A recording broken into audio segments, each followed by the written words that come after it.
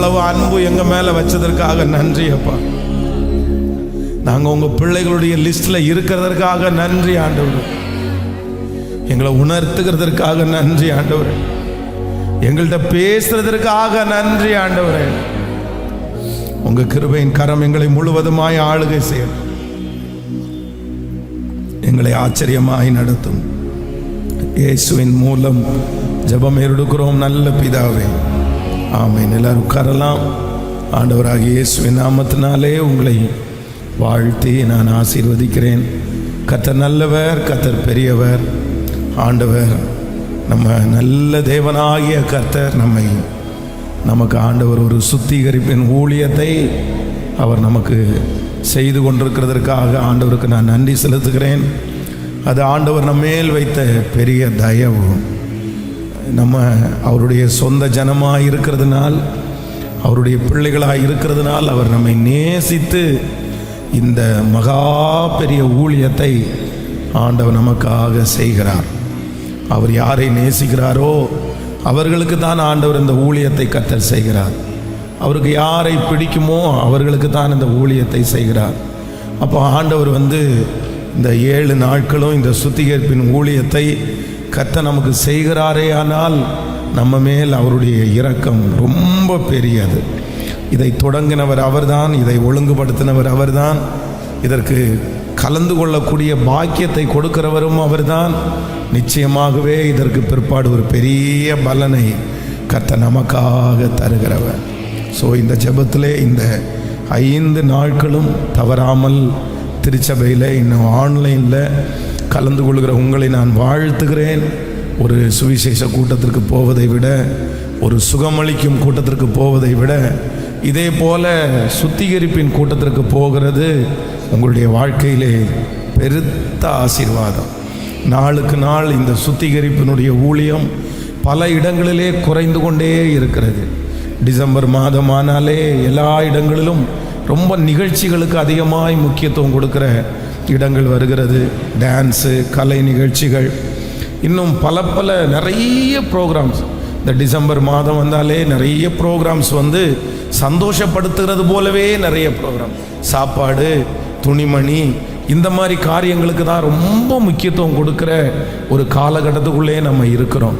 ஆனால் இந்த காலகட்டத்திலையும் ஆண்டவர் சுத்திகரிப்பிற்காக யாரெல்லாம் தங்களுடைய இருதயத்தை சாய்க்கிறார்களோ அவர்கள் மேல் ஆண்டவர் கரிசனையாக இருக்கிறார். ஆண்டவருடைய கண்கள் அவர்கள் மேல் படுகிறது. பாருங்க, தேசத்தில் மனம் திரும்புவதற்கு இஷ்டம் இல்லை, கீழ்ப்படுகிறதற்கு இஷ்டம் இல்லை. கர்த்தருடைய வார்த்தையை கர்த்தர் எச்சரிப்பாய் சொல்லும்போது அவங்க அந்த எச்சரிப்பு கொடுக்குற அந்த ஊழியக்காரங்களை ரொம்ப சத்தம் போடுறாங்க, அவங்கள திட்டுறாங்க. எரேமியா, ஏசாயா இப்படிப்பட்ட ஊழியர்கள் எழும்பி ஆண்டவர் இந்த தேசத்திற்காக தீங்கு அனுப்ப போறாரு, ஆண்டவர் உங்க மேல ரொம்ப கோபமா இருக்கிறாரு, நீங்க மனம் திரும்பாட்டா கர்த்தர் ஒப்பு கொடுப்பேன்னு சொல்றாரு. அப்படிப்பட்ட தீர்க்கதரிசிகளை ராஜாக்களும் ஜனங்களும் வெறுத்து தள்ளினார்கள். ஆனால் ஒரு கூட்ட தீர்க்கதரிசிகள் என்ன பண்ணுறாங்கன்னா, இந்த ஜனங்களுடைய பல்ஸ் என்ன அப்படின்னு தெரிஞ்சுக்கிறாங்க. ஜனங்களுக்கு என்ன சொன்னால் பிடிக்கும், ஜனங்களுக்கு இப்போ என்ன சொன்னால் இவங்க எல்லாம் ஏற்றுக்குவாங்க அப்படின்னு அவர்களுடைய மனநிலைமையை புரிந்து கொண்டு, அவர்களுடைய சூழ்நிலையை புரிந்து கொண்டு, இப்போ இது சொன்னாதான் ஒர்க் அவுட் ஆகும் அப்படின்னு சொல்லி வேதம் சொல்லுகிறது. அவர்கள் மேல் பூச்சாய் பூசுகிறார்கள். இல்லை, உங்களுக்கு நன்மை நடக்கும், ஆண்டவர் உங்களை ஜெயிப்பேன்னு சொல்கிறாரு. ஜனங்களுக்கெல்லாம் என்ன பிடிச்சிருச்சு அப்படின்னு சொன்னால், ஆண்டவர் உங்கள் மேலே கோபமாக இருக்கிறாரு, கர்த்தர் மனம் திரும்ப சொல்கிறாரு அப்படின்ற தீர்க்கதரிசிகளை எல்லாம் ஒதுக்கிட்டு இப்போ ஜனங்கள் எல்லாருமே இந்த மேல் பூச்சாய் பூசுகிற தீர்க்கதரிசிகளை நாடி அவர்களை அவர்கள் வைத்திருந்தார்களாம். ஆண்டவருக்கு இன்னும் அதிகமாய் கோபம் வந்துருச்சு. நீங்கள் ஏன் இப்படி சொல்கிறீங்க, என்னுடைய ஆதங்கத்தையே நீங்கள் புரிஞ்சுக்கலையே. அப்போது ஆண்டவருடைய பிள்ளைகளே, கர்த்தருடைய சிட்சையை இல்லைனால் கர்த்தருடைய எச்சரிப்பை கூறுகிற வார்த்தைகளை கண்டுபிடித்து அதற்கு ஒப்பு கொடுக்கிறதற்கு நம்முடைய இருதயத்தை சாய்க்கிறோம் பாருங்களேன், அது ஆண்டவர் நமக்கு செய்த பெரிய தயவு. அதனால் இந்த கூட்டத்திற்கு பிற்பாடு உங்களுடைய வாழ்க்கை மிக ஆசீர்வாதமாக இருக்கும் என்று நான் நம்புகிறேன். வருகிற வருடம் நீங்கள் கேட்காமலே கர்த்தர் உங்களுக்காக யாவையும் கர்த்தர் செய்து முடிக்க போகிறார். ஆமென். வருகிற வருடம் உங்களுக்கு எனக்கும் ஒரு லகுவான ஒரு ஆண்டாய் கர்த்தர் மாற்றப் போகிறார். நம்முடைய தலைகள் மேல் இருக்கிற சுமைகள் எல்லாம் எடுக்கப்பட்டு ஆண்டவர் வருகிற ஆண்டை நம்மை லகுவாய் சுதந்தரிக்க, லகுவாய் கடக்க பண்ண, லகுவாய் முறியடிக்க செய்வதற்கு என் கர்த்தர் வல்லவராய் இருக்கிறார். வருகிற ஆண்டு கர்த்தர் உங்களுக்கு முன்னே போவார். வருகிற ஆண்டு உங்களுக்கு முன்பாக இருக்கிற கோணலை ஆண்டவர் செவ்வையாக்குவார். வருகிற ஆண்டு நீங்கள் பெரிய உயர்ந்த ஸ்தலங்களிலே ஆண்டவர் உங்களை அமர பண்ணுவாராக. இன்று கண்ட அத்தனை துக்கமும், 2024 வருஷம் கண்ட அத்தனை துக்கமும் 2025 வருடம் நமக்கு சந்தோஷமாகவே மாறுவதாக. புதிய புதிய துவக்கங்களை கர்த்தர் தருவாராக. ஆச்சரியப்படக்கூடிய ஆரம்பங்கள் நம்முடைய வாழ்க்கையிலே புதிய வருடம் ஆரம்பிப்பதாக. நாம் நினைத்திராத இடங்களிலே கர்த்தர் நம்மை அமர பண்ணுவாராக. இந்த ஆசீர்வாதங்கள் எல்லாம் உங்கள் தலையின் மேல் கர்த்தர் வைப்பாராக. ஒவ்வொரு நாளும் இந்த சுத்திகரிப்பு ஜெபத்திலே ஆண்டவர் ஒவ்வொரு காரியத்தையும் நம்மோடு பேசி நம்மை ஆண்டவர் ஜெபிக்க வைக்கிறார். ஸோ இன்றைக்கு நம்ம எதற்காக ஜெபிக்க போகிறோம் அப்படின்னு சொன்னால், ஆண்டவரே ரகசியமான பாவங்களுக்கு என்னை விலக்கி மீட்டருளும் அப்படின்னு நம்ம இந்த காரியத்திற்காக இன்றைக்கு ஜெபிக்க போகிறோம். ஒரு தேவனுடைய பிள்ளையினுடைய வாழ்க்கையிலே ரொம்ப கடினமான கஷ்டமான ஒன்று என்ன அப்படின்னா, இந்த ரகசிய பாவம் என்கிற ஒன்றை ஆண்டவர் ரொம்ப எச்சரிக்கிறார். ஆண்டவர் அதில் நீங்கள் ஒன்று நினைத்து கொள்ளுங்கள். நம்ம நம்முடைய உடம்புல ஏதாவது ஒரு இடத்துல ஒரு வியாதியோ இல்லை ஒரு கட்டியோ இருக்கும் அப்படின்னு சொன்னால் சிலதை சீக்கிரமாக கண்டுபிடிக்க முடியாது. அதை யாருமே பார்க்க மாட்டாங்க, அது தெரியாது. அது வெளியில் தெரிகிறது மாதிரி இருந்தால் நம்ம கண்டுபிடிச்சிடலாம், அதற்கான ட்ரீட்மெண்ட்டை கொடுக்கலாம். ஆனால் உள்ளுக்குள்ளே இருக்கிற சில காரியங்கள் வெளியில் யாரும் கண்டுபிடிக்க மாட்டாங்க, டாக்டர்கள் கண்டுபிடிக்க மாட்டாங்க. ஆனால் ஒன்று நினைத்து கொள்ளுங்கள், நம்முடைய சரீரத்திலே ரொம்ப ஆபத்தானது ஒன்று என்ன அப்படின்னா, யாருக்கும் தெரியாமல் மறைந்திருக்கிற வியாதி நமக்கு ரொம்ப டேஞ்சர். சிலர் சில வியாதிக்காக கண்டுபிடிக்கும் போது, இல்லை உங்களுக்கு 3rd ஸ்டேஜ் 3வது ஸ்டேஜ் வந்துருச்சு, 4வது ஸ்டேஜ் வந்துருச்சு, அதனால உங்களுக்கு சிரமம், ஒரு 2 வருஷத்துக்கு முன்னாடி இதுக்காக ட்ரீட்மெண்ட் பார்த்துருந்தா நல்லா இருக்கும், நீங்கள் வந்திருந்தீங்கன்னா நல்லா இருக்கும், ஏன்னா உங்களுக்குள்ளே இருந்து அது உங்களை ரொம்ப ஆக்குப்பை பண்ணிருச்சு, இனி விடுதலை ஆக்குவது கஷ்டம் அப்படின்னு டாக்டர்கள் சொல்லுவாங்க. அதே போல நம்முடைய வாழ்க்கையிலே இருக்கிற ரகசிய பாவங்களுக்கு நிச்சயமாகவே ஒரு பெரிய தாக்கம், ஒரு பெரிய ஆபத்து இருக்கிறது. ஒரு தேவனுடைய பிள்ளை, அதான் யாருக்குமே தெரியல, நான் தப்பு பண்றது யாருக்கு தெரிய போகுது, அதனால ஒரு விளைவும் இல்லைல்ல. யாருக்காவது தெரிஞ்சிருச்சுன்னா சரி, நம்ம அதில் விட்டுறலாம்.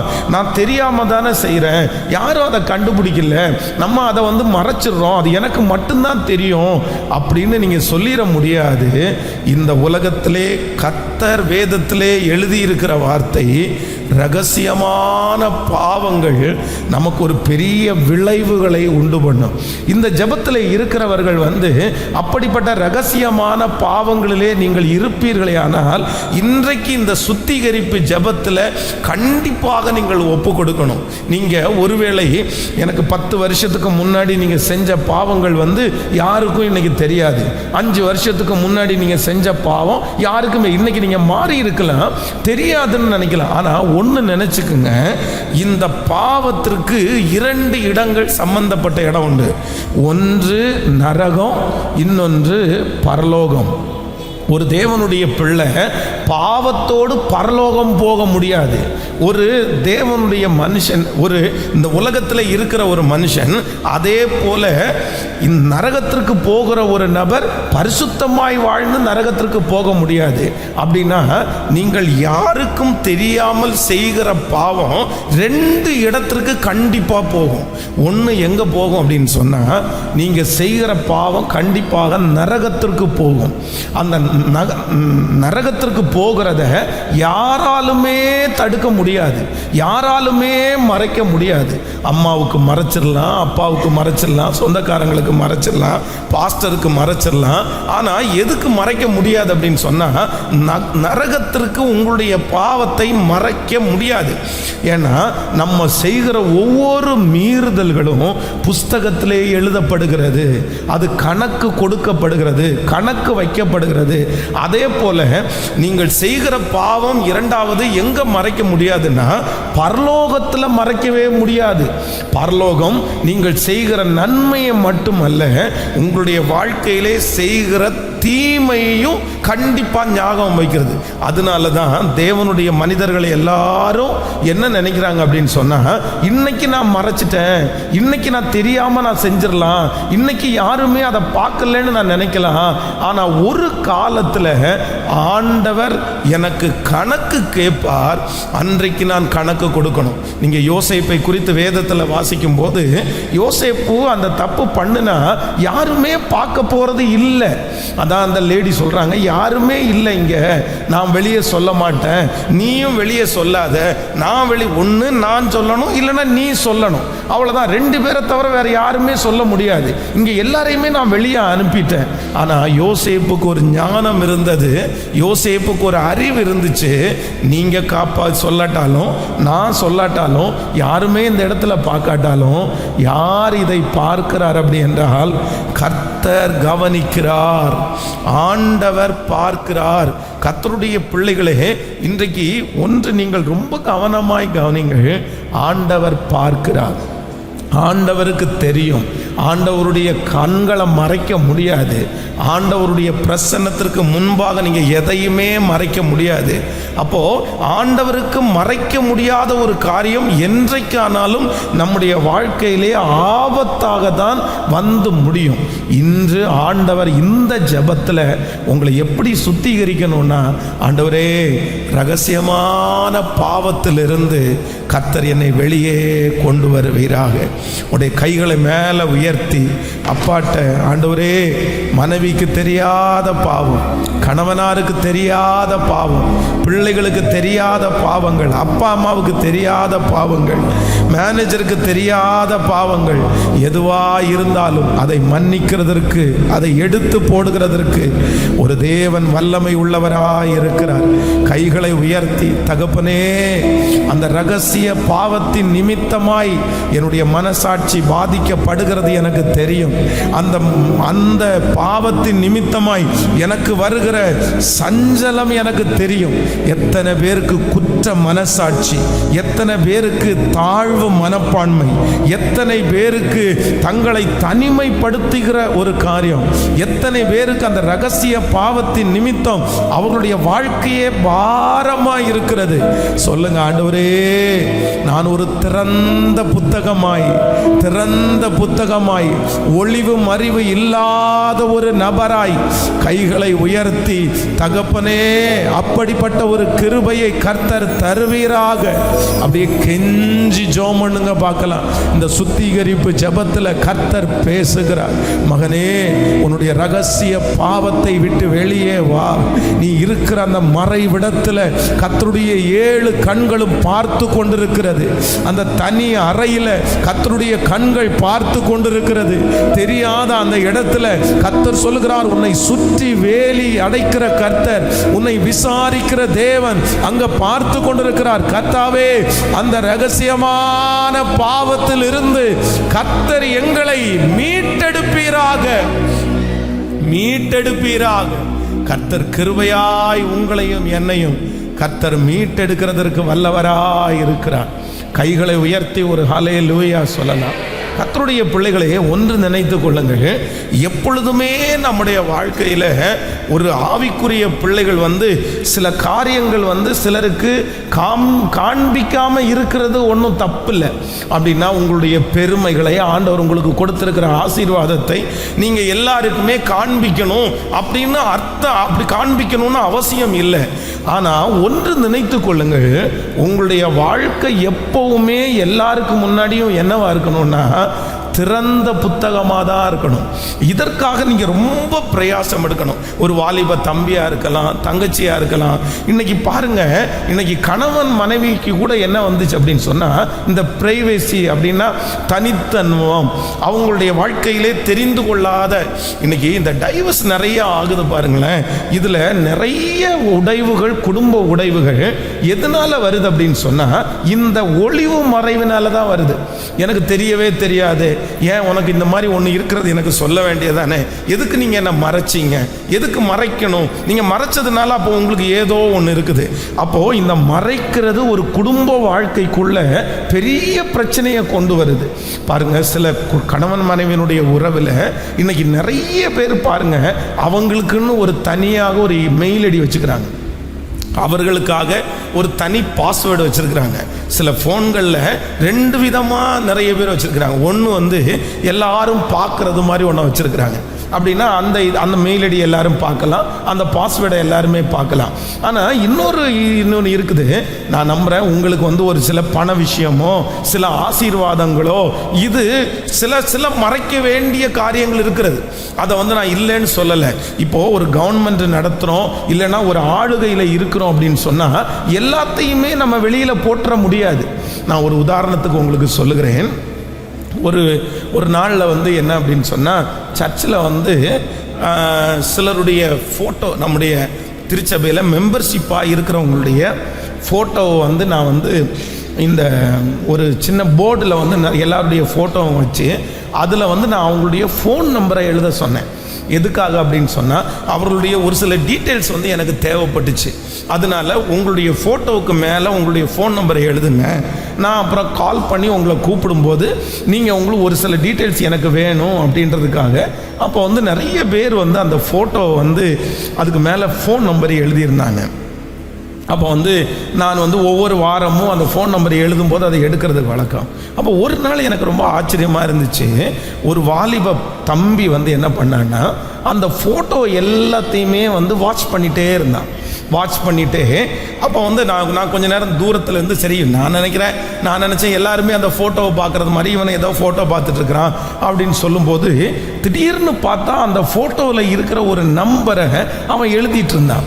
அப்போ வந்து எனக்கு வந்து சரி, ஒரு பெரியவர்கள் யாராவது ஒருத்தர் அந்த மாதிரி நம்பரை எழுதியிருந்தா கூட நான் வந்து ஒரு ரொம்ப விஷயமா பார்த்துருக்க மாட்டேன். சரி, ஒருவேளை அவங்க ஏதாவது அவங்கள்ட்ட பேசணுமா இருக்கும், இன்னைக்கு ஒரு நம்பரை வந்து மறைக்க முடியாது, நம்ம ஈஸியாக கண்டுபிடிச்சிடலாம்.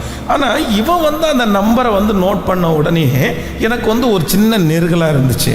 அப்போ நான் தூரத்தில் இருந்தவன் ஸ்ட்ரெயிட்டாக அவன் பக்கத்தில் போனேன். அவன் பக்கத்தில் போய் அவன் எழுதின நம்பரை வந்து அவன் கையில் எழுதியிருந்தான். அந்த நம்பரை பார்த்தேன். என்ன நீ நம்பர் எழுதியிருக்கிற அப்படின்னு. இல்லை அந்த அங்கிளோட கொஞ்சம் பேச வேண்டியது இருந்துச்சு அதனால அப்படின்னு. அப்போ என் மனசில் என்ன தோணுச்சுன்னா, அங்கிளோட பேசணுமா இல்லை அங்கிளோட பொண்ணுகிட்ட பேசணுமா அப்படின்றது மாதிரி தோணுச்சு. அப்போ வந்து அவன் எழுதியிருந்த அந்த நம்பரை பார்த்தீங்க அப்படின்னு சொன்னால், அந்த குறிப்பிட்ட ஒரு வாலிப தங்கச்சியினுடைய அந்த நம்பரை வந்து அவன் தேடி எடுத்து அவன் எழுதணும் அப்படின்னு. அப்போ நான் வந்து அவனிடத்துல சொன்னேன், இது நல்லதில்லை, இது ஆண்டவருக்கு பிரியமாக இருக்காது, நீ எப்படி இப்படி செய்யலாம், இது வந்து தவறல்லவா அப்படின்னு சொல்லி அது கடந்து போச்சுன்னு வைங்களேன். அப்போது ஆண்டவருடைய பிள்ளைகளை அன்றைக்கி நான் ஒன்று என்ன புரிஞ்சுக்கிட்டேன் அப்படின்னு சொன்னால், சிலரை வந்து சிலருடைய ஃபோன் நம்பர் சிலர்கிட்ட கொடுக்கறது கூட என்னவா இருக்குது இன்னைக்கு, ஸோ ஆபத்தாக இருக்குது. அப்போது நம்முடைய வாழ்க்கையில் வந்து சில காரியங்களை வந்து நம்ம வந்து மற்றவங்களுக்கு தெரிய வேண்டிய அவசியம் சொல்லுங்களேன் இல்லை, அது தெரிய வேண்டிய அவசியம் இல்லை. அதுக்காக அதை மறைக்கிறதுனால வந்து நான் ஒரு கஞ்சமானவன், அதை மறைக்கிறதுனால வேற யாரும். இன்னைக்கு நீங்கள் எத்தனையோ சேனல்ஸில் இல்லை எத்தனையோ இடத்துல நிறைய பேரிடத்துல பேட்டி எடுப்பாங்க பாருங்க. உலகத்தில் இருக்கிற நபரிடத்துல பேட்டி எடுக்கும்போது உங்கள் சம்பளம் என்ன, உங்கள் வருமானம் என்ன, இன்னைக்கு நீங்கள் எவ்வளோ சம்பாதிக்கிறீங்க அப்படின்னு கேட்டால் நிறைய பேர் அதுக்கு பதில் சொல்லவே மாட்டாங்க. ஆனால் என்ன சொல்லுவாங்கன்னு சொன்னால், அவங்க ஆரம்பத்தில் வாங்கின சம்பளத்தை சொல்லுவாங்க. நான் 300 ரூபா தான் ஃபஸ்ட்டு சம்பளம் வாங்கினேன், நான் 200 ரூபா தான் சம்பளம் வாங்கினேன், அதை சொல்லுவாங்க. ஆனால் இப்போ அட் ப்ரெசன்ட் என்ன பண்ணுறீங்கன்னு கேட்டால், அதெல்லாம் எதுக்கு சார், அதெல்லாம் தெரிய வேண்டியதில்லை. உண்மையிலே அது நமக்கு தெரிய வேண்டியதும் இல்லை. அப்படிப்பட்ட சில காரியங்களை ஆண்டவருடைய பிள்ளைகள் பாதுகாப்பாய் வைக்கிறது தவறல்ல. ஆனால் ஒன்று என்ன நினைக்கணும் அப்படின்னு சொன்னால், நம்முடைய வாழ்க்கையிலே சில காரியங்களை, அதுவும் யாருக்குமே தெரியாம அல்ல, நம்முடைய வீட்டிலே நமக்கு இரத்த சம்பந்தமாக இருக்கிற கணவன் மனைவிக்கு கண்டிப்பாக தெரியணும். நம்முடைய தகப்பனார் தாயாருக்கு கண்டிப்பாக தெரியணும். நீங்கள் சிம்சோனுடைய வாழ்க்கையில் நீங்கள் வேதத்தில் வாசிக்கும் போது அவனுக்கு பாவம் என்கிறது முதல்ல எங்கே ஆரம்பிச்சிருச்சு தெரியுமா? எங்கே ஆரம்பிச்சிருச்சு அப்படின்னு சொன்னால், அவன் வழியிலே போகும்போது ஒரு சிங்கத்தை பார்க்குறான். தன்னுடைய கையிலே ஒன்றும் இல்லாதிருந்தும் அந்த சிங்கத்திலேயே அவன் கிழிச்சு போட்டுட்டான். இப்போ நீங்கள் நியாயாதிபதிகளின் புஸ்தகம் 14ஆம் அதிகாரத்தினுடைய 6வது வசனத்தை வாசித்து பார்த்தால், அப்பொழுது கர்த்தருடைய ஆவி அவன் மேல் பலமாக இறங்கினதினால் அவன் தன் கையில் ஒன்றும் இல்லாதிருந்தும் அதை ஒரு ஆட்டுக்குட்டியை கிழித்து போடுகிறது போல் கிழித்து போட்டான். ஆனாலும் தான் செய்ததை அவன் தன் தாய் தகப்பனுக்கு அறிவிக்கவில்லை. நல்லா கவனிச்சுக்குங்க. ஆனாலும் தான் செய்ததை அவன் தாய் தகப்பனுக்கு அறிவிக்கவில்லை. இப்போ இவங்க போகும்போது இவ்வளோ பெரிய காரியத்தை செய்தவன் தன் தகப்பனார் தாயாருக்கு அவன் சொல்லவே இல்லை. திரும்பி என்ன பண்றான்னா, திரும்பி அவன் வரும்போது எந்த சிங்கத்தை அவன் கொன்றானோ அந்த சிங்கத்தினுடைய சரீரத்துக்குள்ள என்ன இருக்குது சொல்லுங்களேன்? தேன் இருக்குது. அப்போ அந்த சரீரத்துக்குள்ள அவன் கையை விட்டு அந்த தேனை வெளியே எடுத்து தானும் அந்த தேனை சாப்பிட்டு யாருக்கு கொடுக்குறானாமா?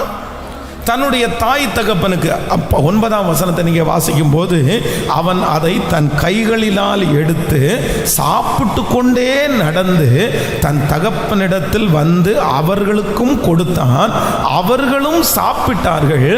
ஆனாலும் தான் அந்த தேனை சிங்கத்தின் உடலிலே எடுத்ததை அவர்களுக்கு, ஹலோ நல்லா கவனிச்சுங்க. பாவம் என்கிற ஒன்று எங்க முதல்ல ஆரம்பிக்குதுன்னா, எப்போ நீங்க மறைக்க ஆரம்பிக்கிறீங்களோ அப்பவே உங்களுக்குள்ள என்ன ஆரம்பிக்குது? சத்தமா சொல்லுங்க, கவனிங்க. நம்மை வாலிப தம்பிங்க தங்கச்சிங்க நமக்கு முன்னாடி, நம்ம கண்ணுக்கு முன்னாடி இருக்கும்போது, நம்ம சோஃபாவில் இருக்கும்போது அவன் ஃபோனை திறந்து அவன் ஏதாவது ஒன்று பார்க்குறான்னா கண்டிப்பாக அவன் என்ன பண்ண மாட்டான்? கேட்கல, சத்தமா சொல்லுங்க. அவன் தப்பு பண்ண மாட்டான். ஆனா எப்போ ஒரு ரூமுக்குள்ள போறானோ, எப்போ யாருமே பார்க்காத இடத்துக்கு போறானோ, எப்போ தன்னை மறைத்து கொள்ள ஆரம்பிக்கிறானோ, அப்பவே நம்ம நினைச்சுக்க வேண்டியது, அந்த மனுஷனுக்குள்ள என்ன ஆரம்பிச்சிருச்சு அப்படின்னு சொன்னா, பாவம் ஆரம்பிச்சிருச்சு. முடிந்த வரைக்கும் ஆண்டவருடைய பிள்ளைகள் எதையுமே நீங்க என்ன பண்ணக்கூடாது அப்படின்னு சொன்னா, மறைச்சு செய்யணும்னு நினைக்க கூடாது. இன்னைக்கு ரொம்ப பழக்கமாயிருச்சு. மேலை நாடுகளில் பார்த்தீங்க அப்படின்னு சொன்னா, ஒரு குறிப்பிட்ட வயது வந்த உடனே பிள்ளைகளை எல்லாரையுமே தனியா படுக்க வச்சிடறாங்க. தனியா ஒரு ரூம் கொடுத்துட்றாங்க. ஒவ்வொருத்தருக்கும் பிரைவேசியா ஒரு ரூம். எல்லாருமே இன்னைக்கு பிள்ளைகளுக்கெல்லாம் தனியா ரூம் கொடுக்கறது ஒரு பழக்கம் ஆயிருச்சு. ஆனால் ஒரு விதத்தில் இவர்கள் தனி ரூம் கொடுக்குறத அவங்களுக்கு கொஞ்சம் ஃப்ரீயாக அவங்க இருந்து அந்த மாதிரி லேட்டாக படுத்து அவங்களுக்கு படிக்கிறதுக்கெல்லாம் இருக்குன்னு நினச்சாலுமே ரொம்ப டேஞ்சர். நம்முடைய பிள்ளைகளுடைய வாழ்க்கையிலேயே இது தோல்வி என்கிற ஒன்று எப்போ ஆரம்பிக்குதுன்னா, எப்போ நம்மளை விட்டு அவன் தனியாக போகிறானோ அப்போவே அவனுக்கு என்ன ஆரம்பிக்குதுன்னா, அவனுக்குள்ளே சத்துரு களை விதைக்க ஆரம்பிக்கிறான்.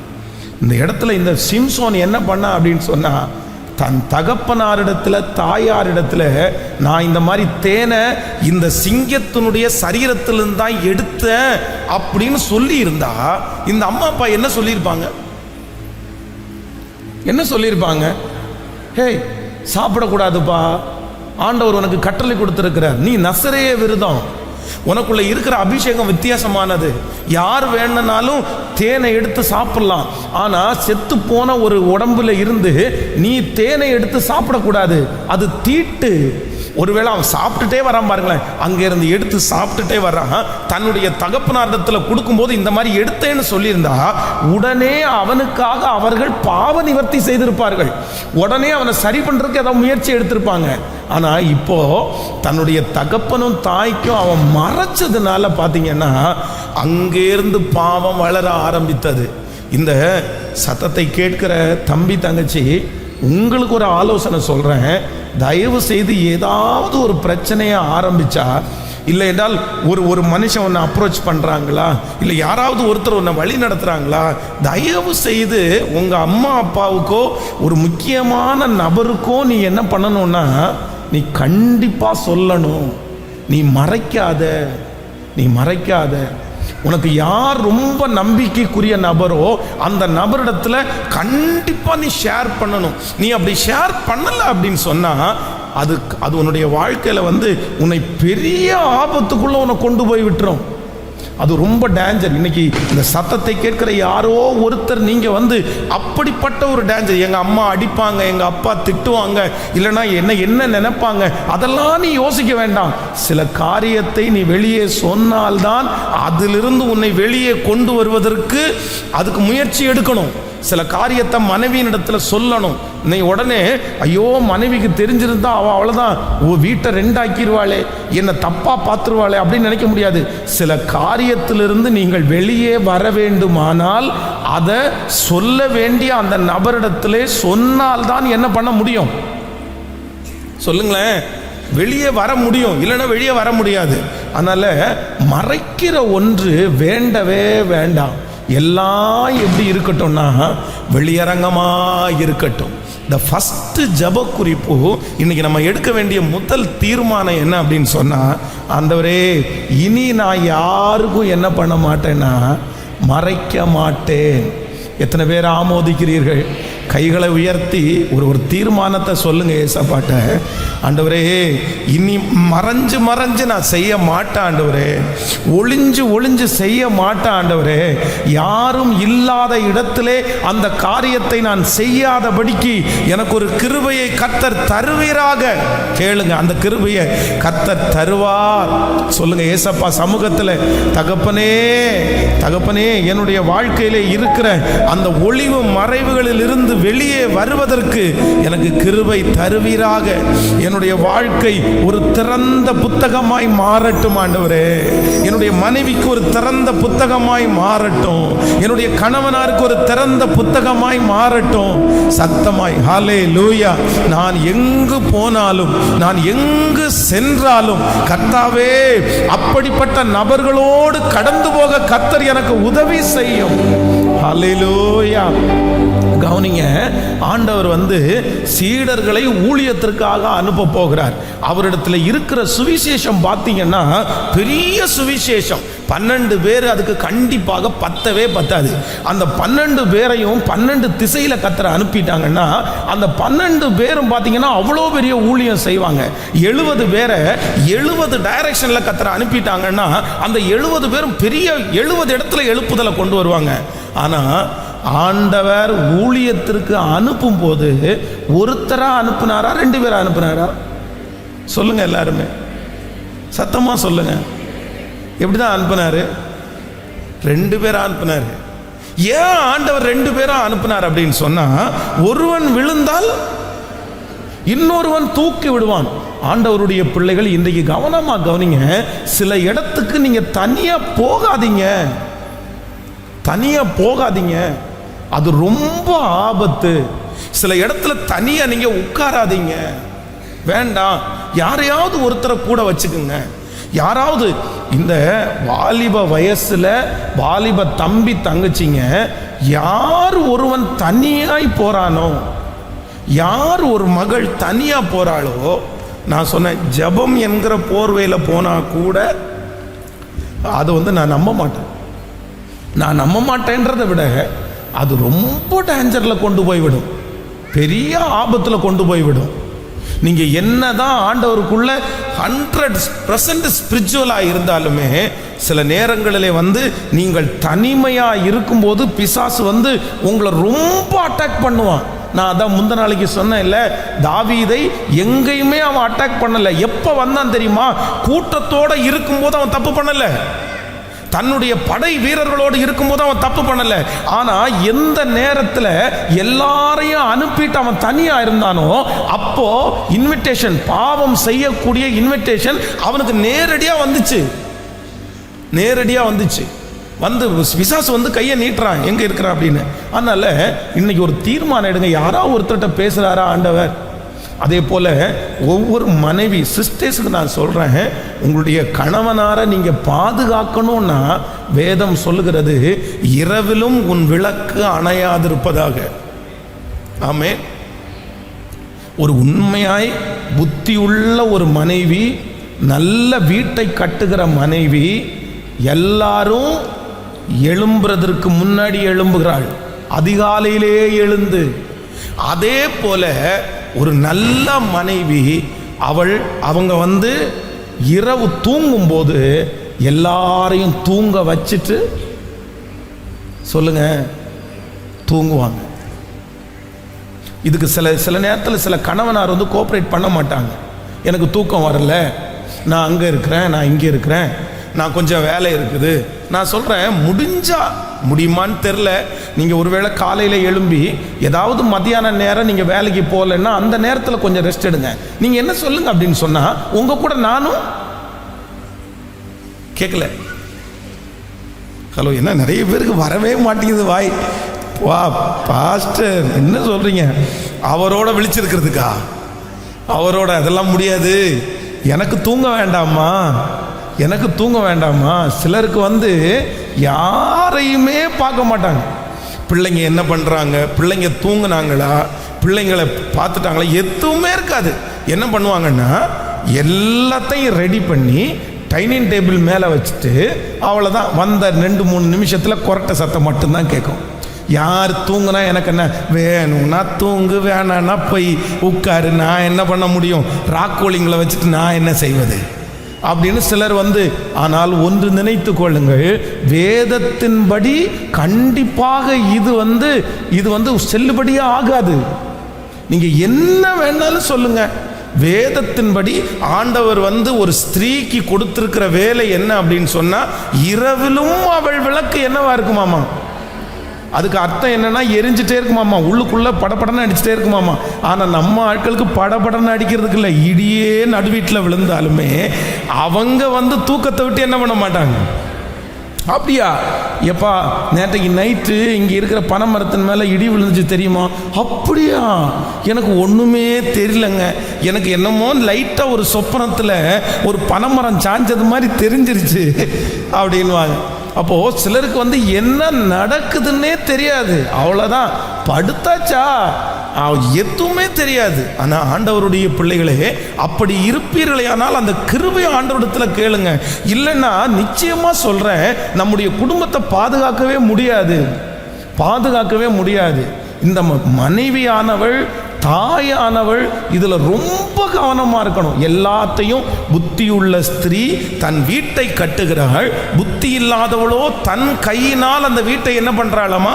அப்போது ஒரு குடும்பத்தை கட்டக்கூடிய, ஒரு குடும்பத்தை பாதுகாக்கக்கூடிய, ஒரு கணவனாரை பாதுகாக்கக்கூடிய, ஒரு பிள்ளையை பாதுகாக்கக்கூடிய ஒரு பெரிய பொறுப்பை ஆண்டவர் யார் கையில் கொடுக்குறார் அப்படின்னு சொன்னால், கர்த்தர் மனைவியினுடைய கையில் கொடுத்துருக்கிறார், சிஸ்டருடைய கையில் கொடுத்துருக்கிறார். நீங்கள் ஒரு வேளை சொல்லலாம், பாஸ்டர் கோஆப்ரேட்டே பண்ண மாட்டேங்கிறாங்க. பாருங்க, நீங்கள் இன்னைக்கு சொல்லிட்டீங்கல்ல, நான் இப்போ நினைக்கிறேன், எனக்கும் உடம்பு தானே, உண்மையிலே சிஸ்டர்ஸுக்கும் உடம்பு தானே இருக்குது, அவங்களுக்கும் தூங்க டயர்டாக இருக்காதா?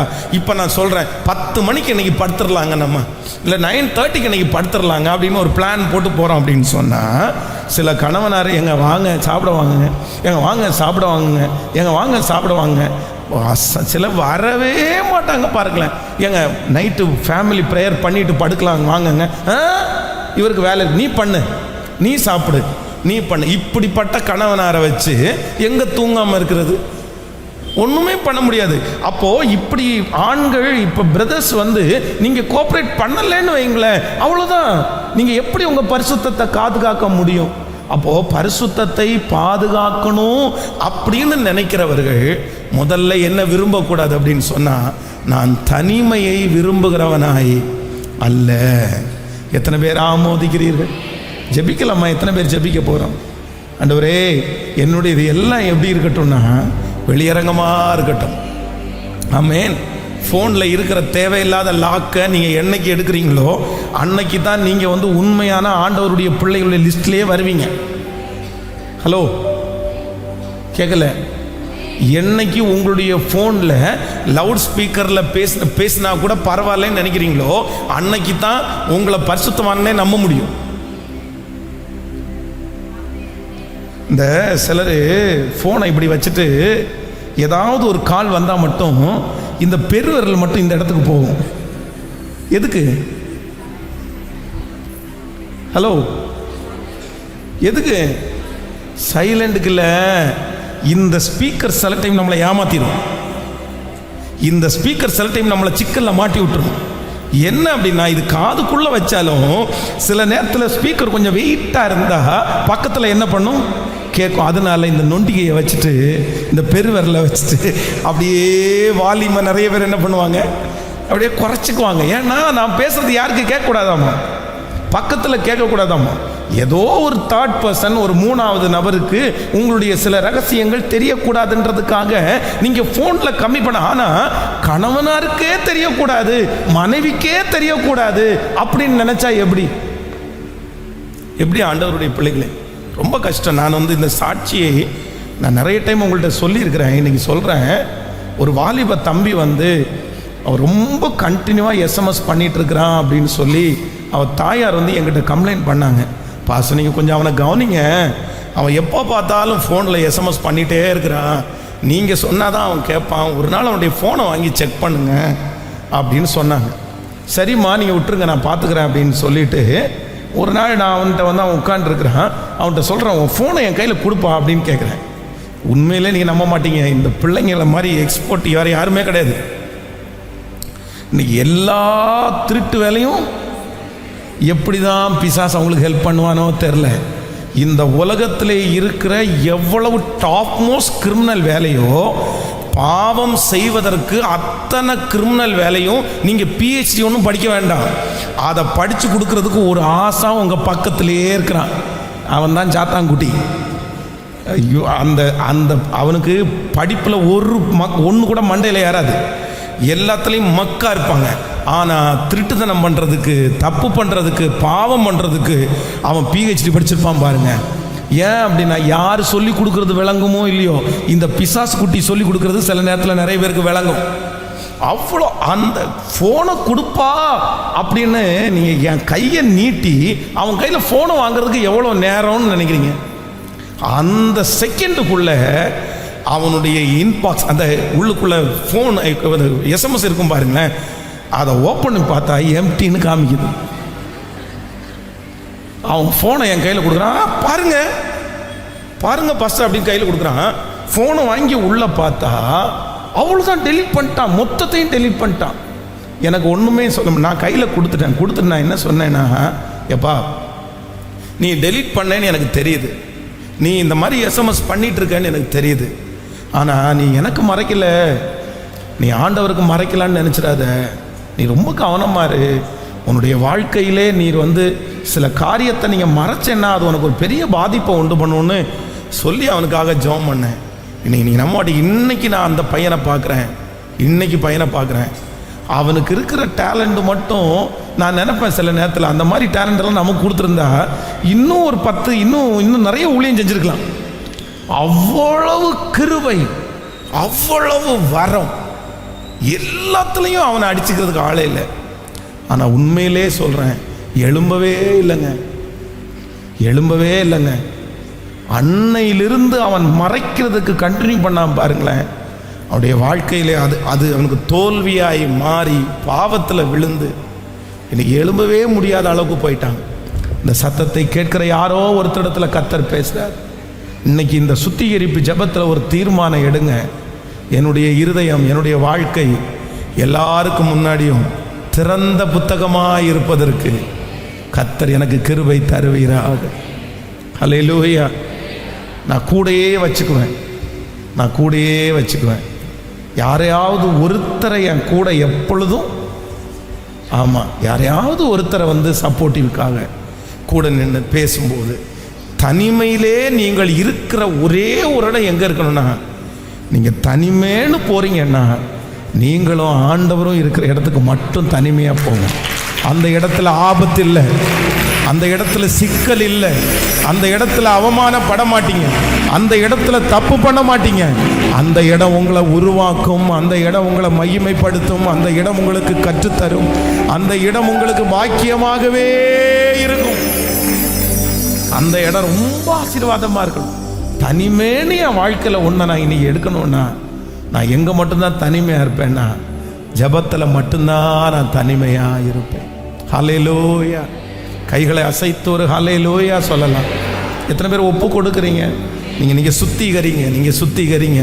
மன்னிச்சிருங்க ஆண்டவரே. இன்னைக்கு ஒரு சில வசனங்களை உங்களுக்கு காண்பிக்கிறேன், வாசிக்கலாம். ஆதியாகமம் 38வது அதிகாரத்தை எடுத்துக்கொள்ளுங்கள். ஆதியாகமம் 38ஆம் அதிகாரத்தினுடைய 18வது வசனத்தை வாசிக்கலாமா? ஆதியாகமம் 38ஆம் அதிகாரத்தினுடைய 18வது வசனத்தை வாசிக்கலாம். அப்பொழுது அவன், நான் உனக்கு அடமானமாக என்ன கொடுக்க வேண்டும் என்று கேட்டான். அதற்கு அவள், உம்முடைய முத்திரை மோதிரமும் உம்முடைய ஆரமும் உம்முடைய கைக்கோலும் கொடுக்க வேண்டும் என்றான். அவன் அவைகளை அவளுக்கு கொடுத்து அவளிடத்தில் சேர்ந்தான். அவள் அவனாலே கர்ப்பவதியாகி எழுந்து போய் தன் முக்காட்டை களைந்து தன் கைம்பெண்ணுக்குரிய வஸ்திரங்களை உடுத்தி கொண்டாள். யூதா அந்த ஸ்திரீனிடத்தில் இருந்த அடமானத்தை வாங்கி கொண்டு வரும்படி அதுல்லாம் ஊரானாகிய தன் சிநேகிதன் கையிலே ஒரு வெள்ளாட்டு குட்டியை கொடுத்து அனுப்பினான். அவன் அவளை காணாமல் அவ்விடத்து மனிதரை நோக்கி, வழி அண்டையிலே நீரூற்றுகள் அருகே இருந்த தாசி எங்கே என்று கேட்டான். அதற்கு அவர்கள், இங்கே தாசி இல்லை என்றார்கள். அவன் யூதாவினிடத்தில் திரும்பி வந்து, அவளை காணோம், அங்கே தாசி இல்லை என்று அவ்விடத்து மனிதரும் சொல்லுகிறார்கள் என்றான். அப்பொழுது யூதா, இதோ இந்த ஆட்டுக்குட்டியை அனுப்பினேன், நீ அவளை காணவில்லை, நமக்கு அபகீர்த்தி வராதபடிக்கு அவள் அதை கொண்டு போனால் போகட்டும் என்றான். நல்லா கவனிங்க. இந்த அதிகாரத்தில் வாசிக்கும் போது யூதா என்கிறது ஒரு கோத்திரம். இந்த யூதா என்ன பண்றார் அப்படின்னு சொன்னா, அவர் ஒரு இடத்துல போறாரு. போகும்போது வழி அருகே என்னன்னா முக்காடு போட்டுட்டு ஒருத்தங்க உட்கார்ந்துருக்குறாங்க. அந்த காலத்துல எல்லாம் இந்த முக்காடு போடுறவங்க இல்லை முக்காடு போட்டு தனியாக இருக்கிறவங்க அப்படின்னா இந்த விபச்சாரம்னு வச்சுக்கோங்களேன், இந்த மாதிரி தொழில் செய்கிறவர்களுக்கு தனியாக ஒன்று இருக்கும். அவங்கள நம்ம எல்லாரோடையும் பார்க்க முடியாது, அவங்கள வித்தியாசமாக இருப்பாங்க. அவங்க நீங்கள் எகிப்தில் நீங்கள் எரிகோவில் பார்த்தீங்கன்னா, எரிகோவுக்கு மேலே மதில் சுவருக்கு மேலே ஒரு வீடு கட்டி ஒரு அம்மா அங்கே உட்காந்துருப்பாங்க. அவங்க அந்த ஊரில் அந்த மாதிரி காரியத்தை செய்து கொண்டிருந்தார்கள். அப்போது அந்த இடத்துல யாருமே போக மாட்டாங்க. அது ஊருக்கு சில நேரத்தில் மறைவாக இருக்கும். நீங்கள் ஆண்டவராகிய இயேசு கிறிஸ்துவனுடைய காலத்தில் வரும்போது ஒரு இடத்துல ஆண்டவர் தண்ணி ஒரு கிணத்துக்கு அருகே இருக்கும்போது சமாரியா ஸ்திரீ என்கிற ஒரு ஸ்திரீ வர்றாங்க பாருங்க. யாருமே இல்லாத நேரத்தில் அவங்க வர்றாங்க. அப்போ அந்த காலத்தில் பார்த்தீங்க அப்படின்னு சொன்னா இந்த காரியத்தை செய்கிறவர்களுக்கு தனியான ஒரு அடையாளம் இருந்துச்சு.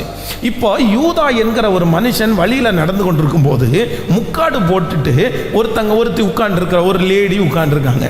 உடனே இவன் என்ன சொல்றான் அப்படின்னு சொன்னா, இவன் அந்த காரியத்திற்காக போகல, ஆனா அந்த பாவத்தை பார்த்த உடனே அதை செய்யணுன்ற மனசுல விருப்பம் வந்துருச்சு.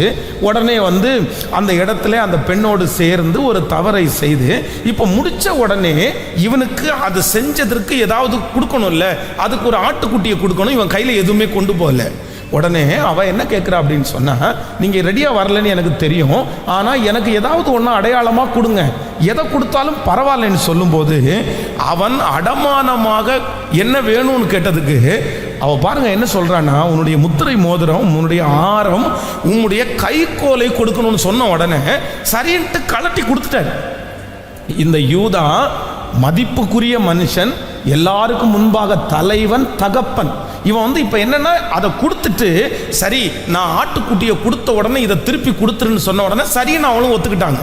இப்போது ஒரு வேலைக்காரனை கூப்பிட்டு, எப்பா நீ போயிட்டு இந்த மாதிரி ஒரு பொண்ணு இருக்கும், அந்த பொண்ணு கையில் இந்த மாதிரி ஆட்டுக்குட்டியை கொடுத்துட்டு நீ அவள் கையில் இருந்து மோதிரத்தையும் ஆரத்தையும் நம்முடைய கைக்கோலையும் வாங்கிட்டு வான்னு அனுப்பும்போது, அந்த மனுஷன் போய் தேடி தேடி பார்க்குறான், என்ன பண்ணலை அப்படின்னு சொன்னால் காணோம். திரும்பி வந்து சொல்கிறான், யாருமே இல்லைங்க, நான் கண்டுபிடிக்க முடியல அப்படின்னு சொன்ன உடனே இந்த யூதா சொல்கிறான், சரி எனக்கு என்னுடைய மோதிரத்தையும் என்னுடைய ஆரத்தையும் என்னுடைய கைப்பிடியையும் அவங்க வச்சிருந்தா கூட எனக்கு என்ன பண்ணலை, எனக்கு பரவாயில்ல, என் பேரை கெடுக்காம இருந்தா சரி அப்படின்னு விட்டுட்டான். இந்த யூதா என்ன நினைச்சார் அப்படின்னு சொன்னா, நான் தப்பு பண்ணினேன், எனக்கும் அந்த மனுஷிக்கு மட்டும்தான் தெரியும், வேற யாருக்குமே தெரியாது, அதை விட்டுட்டேன், மறந்துட்டேன். இப்போ இந்த யூதாவினுடைய மருமகள் வந்து கர்ப்பமா இருக்கிறா அப்படின்ற ஒரு நியூஸ் வருது. இவளுடைய கணவனார் இறந்து போயிட்டார், அதாவது யூதாவினுடைய பிள்ளை இறந்து போயிட்டு மருமகள் இப்படி இருக்கிறான்ற அந்த வார்த்தையை கேட்ட உடனே இவனுக்கு ரொம்ப கோபம் வந்து, என்ன இப்படி பண்ணுனா, அவ கொல்லப்படணும்னு சொல்லி அப்போ வந்து நீங்கள் 38ஆம் அதிகாரத்தினுடைய 24வது வசனம், ஏறக்குறைய 3 மாதம் சென்ற பின்பு உன் மருமகளாகிய தாமார் வேசித்தனம் பண்ணினாள், அந்த வேசித்தனத்தினால் கர்ப்பவதியும் ஆனாள் என்று யூதாவுக்கு அறிவிக்கப்பட்டது. அப்பொழுது யூதா அவளை வெளியே கொண்டு வாருங்கள், அவள் சுட்டரிக்கப்பட வேண்டும் என்றான். அடுத்த வசனம் 25வது வசனம், அவள் வெளியே கொண்டு வர வட்டபோது அவள் தன் மாமனாரிடத்திற்கு அந்த அடமானத்தை அனுப்பி, இந்த பொருட்களை உடையவன் எவனோ அவனாலே நான் கர்ப்பவதியானேன், இந்த முத்திரை மோதம், இந்த ஆரமும் இந்த கோலும் யாருடையவைகள் பாரும் என்று சொல்லி அனுப்பினாள். அடுத்த வசனம், யூதா அவளைகளை பார்த்து அறிந்து, என்னிலும் அவள் நீதி உள்ளவள், அவளை என் குமாரனாகிய சேலாவுக்கு கொடாமற் போனேனே என்றால் அப்புறம் அவன் அவளை சேரவில்லை. கவனமா கவனிங்க. இன்றைக்கு ஆண்டவர் இந்த சுத்திகரிப்பு ஜெபத்தில் நம்முடைய மறைவாய் இருக்கிற ரகசிய பாவத்திலிருந்து நீங்க வெளியே வரணும் பிரதர், நீங்க வெளியே வரணும் சிஸ்டர். யூதா மதிப்புக்குரிய ஒரு நபர், அவன் தவறு செய்ய வேண்டும் என்று அங்க டிராவல் பண்ணல, ஆனா எதேர்ச்சியா ஒரு இடத்துல அவன் சந்திச்ச போது அவன் இப்ப என்ன பண்றான்னா அந்த பாவத்திற்கு இழுக்கப்படுறான். இழுக்கப்பட்ட உடனே அந்த பாவத்தை அவன் செஞ்சுட்டு இவன் என்ன நினைச்சிட்டான் அப்படின்னு சொன்னா, அவ்வளவுதான், அவ யாருன்னே தெரியாது, அவ எந்த ஊர்காரின்னே தெரியாது, மறந்துட்டோம், விட்டுட்டோம், அவ்வளவுதான் அப்படின்னு சொல்லி தன்னுடைய வீட்டுக்கு வந்துட்டான். 3 மாதம் தாண்டி தான் ஒரு பெரிய தவறு செய்தான், எல்லாருக்கும் முன்னாடி நீதிமானா அவன் காண்பிக்கிறான். இப்போ தன்னுடைய மருமகள் வேசித்தனம் பண்ணினாள் என்கிற ஒரு செய்தியை கேட்ட உடனே வெளியே கொண்டு வாங்கப்பா, அவளை வெளியே கொண்டு வாங்க, அவங்கள சுட்டரிக்கணும், அவளை எரிச்சிடணும், அவளை உயிரோட வைக்கக்கூடாதுன்னு ஒரு பெரிய ஸ்ட்ரிக்டான வார்த்தையை சொல்றாரு. நம்ம நிறைய பேர் நம்ம ரகசியமாய் அவ்வளவு பாவங்கள், ரகசியமாய் அந்த தவறுகள், ஆனால் வெளியில் காண்பிக்கும் போது, வெளியே சொல்லும் போது, நீ எப்படி இப்படி பண்ணலாம், நீ எப்படி இப்படி செய்யலாம், நீ இவ்வளவு மோசமான ஆளா, நீ எல்லாம் சுட்டரிக்கப்பட வேண்டாமா அப்படின்னு நம்ம நிறைய பேர் சொல்கிறோம். அப்போது இந்த லேடி என்ன பண்ணுறாங்க அப்படின்னு சொன்னால், ஒரு மோதிரத்தையும் ஒரு ஆரத்தையும் ஒரு கைக்கோலையும் ஒருத்தர்கிட்ட கொடுத்து, யூதாட்ட கொண்டு போய் இது கொடுத்து யாருடையதுன்னு பார்க்க சொல்லுங்க, என்ன மட்டும் தண்டிச்சா போதாது, இந்த கோலும் இந்த மோதிரமும் இந்த ஆரமும் யாருடையதோ அவர் தான் என்கிட்ட தப்பு பண்ணாரு, நான் ஒன்றும் வேசித்தனம் பண்ணல, நான் ஒன்றும் தெரியாத ஆளை போய் நான் பிடிச்சிக்கல அப்படின்னு சொல்லி அனுப்பிவிட்ட உடனே வேதம் சொல்லுது, அந்த இடத்துல யூதா தன்னுடைய மானத்தை, தன்னுடைய மதிப்பை எல்லாத்தையும் இழந்து சொல்றான், என்னை காட்டிலும் அவள் என்னை காட்டிலும் அவள் யார் அப்படின்னா நீதி உள்ளவள். பிரதர் சிஸ்டர், ரகசியமான பாவம் என்று ஒன்றும் இல்லை. வேதம் சொல்லுகிறது, மறைக்கப்படாத ரகசியம் என்று ஒன்றும் கேட்கல, சத்தமா சொல்லுங்க, மறைக்கப்படாத ரகசியம் என்று ஒன்றும் இல்லை, ஒன்றும் இல்லை. இன்னைக்கு ஆண்டவர் யாரோ ஒருத்தருக்கு எச்சரிப்பு கொடுக்கிறாரு, உன்னுடைய ரகசிய பாவத்தை விட்டு வெளியே வந்துருங்க. உங்க ரகசிய பாவத்தை விட்டு வெளியே வந்துருங்க. யூதா நினைச்சான் அது மூடிருச்சு, அது மறைஞ்சிருச்சு, நம்மளை போய் அவங்க காட்டி கொடுக்குற அளவுக்கு யாரும் இல்லைன்னு நினைச்சான். ஆனா ஒரு நாள் அந்த லேடி வந்து முன்னாடி நின்று இந்த காரியத்தை செய்யும் போது வெட்கப்பட்டு போனான். கடந்த சில மாதங்களுக்கு முன்பாக, மாதெல்லாம் வருடங்கள் ஆயிடுச்சு, அதிகாலை ஜபத்திற்கு டெய்லி ஒரு நபர் எங்கேருந்து வருவாங்க அப்படின்னு சொன்னால் அன்னூர் பக்கத்துலேருந்து வருவார். டெய்லி காலையில் அவ்வளோ தூரம், கிட்டத்தட்ட இங்கேருந்து 1 மணி நேரத்துக்கு மேலே ட்ராவல். காலையில் 5 மணிக்கு இங்கே ஜபம் நடக்கும் அப்படின்னு சொன்னால் அவர் வந்து 3:45 மணிக்கு கிளம்பணும். அவ்வளவு பக்தியாய் நடக்கிறவர். ஆண்டவரோட நெருங்கினார். ஆண்டவர் அவரை ஆசீர்வதிச்சார், பெரிய ஆசீர்வாதத்தை கொடுத்தார். எனக்கு ரொம்ப சந்தோஷமாக இருக்கும் அவரை பார்க்கும்போது. பிரதர், எவ்வளோ பிரதர், நீங்கள் ரொம்ப ஆசீர்வதிக்கப்பட்டவங்க பிரதர். ஆனால் திடீரென்று ஒரு 2 ஆண்டுகள் தாண்டி ரொம்ப மெலிஞ்சிட்டார், ரொம்ப ஒல்லி ஆயிட்டார். அப்போ ஒரு நாள் சர்ச்சுக்கு வந்த உடனே, ஏன் பிரதர் உங்களுக்கு என்ன ஆச்சு, உடம்பு நல்லா இல்லை? அப்போ வந்து அவர் என்ன எல்லாரையும் விட்டு தனியாக என்னை கூட்டிகிட்டு போனார். உங்கள்கிட்ட ஒரு சின்ன விஷயத்த பேசணும் பாஸ்டர், என்னை தனியாக வாங்க அப்படின்னு சொன்னார். சரி அப்படின்னு சொல்லிட்டு கூட்டிகிட்டு போனோன்னு அவர் சொன்னார், பாஸ்டர் எனக்கு நடந்த சம்பவத்தை சொல்கிறேன், HIV பாசிட்டிவ், எனக்கு HIV பாசிட்டிவ். எனக்கு அப்படியே அதிர்ந்துட்டேன் நான். பிரதர் என்ன சொல்கிறீங்க, எப்படி ஆயிடுச்சு, என்ன ப்ராப்ளம் ஆயிடுச்சு, இன்ஜெக்ஷன் ஏதாவது மாற்றி போட்டாங்களா, இல்லை ஏதாவது பிரச்சனையா, உங்களுக்கு இந்த HIV வர்றதுக்கு என்ன பிரச்சனை அப்படின்னு கேட்கும்போது அவர் வந்து ஒரு டிரைவிங்கில் இருந்தார். அவர் ஒரு 7-8 ஆண்டுகளுக்கு முன்னாடி டிரைவிங்கில் இருந்தார். அப்போது இந்த டிரைவர் வேலை பார்க்கும்போது சில இடங்களிலே வந்து பார்த்தீங்க அப்படின்னு சொன்னால் இரவு நேரத்தில் வண்டியை நிப்பாட்டிட்டு இந்த ஆண்டவரை அறிந்ததற்கு பிற்பாடும் இவர் என்ன பண்ணியிருக்கிறாருன்னா நிறைய தவறு செஞ்சிட்டார். அதன் மூலமாய் யாரோ ஒருத்தருக்கு இருந்த நோய் வந்து இவருக்கு தொத்திருச்சு. உண்மையிலே ஒரு வருத்தத்துக்குரிய விஷயம்.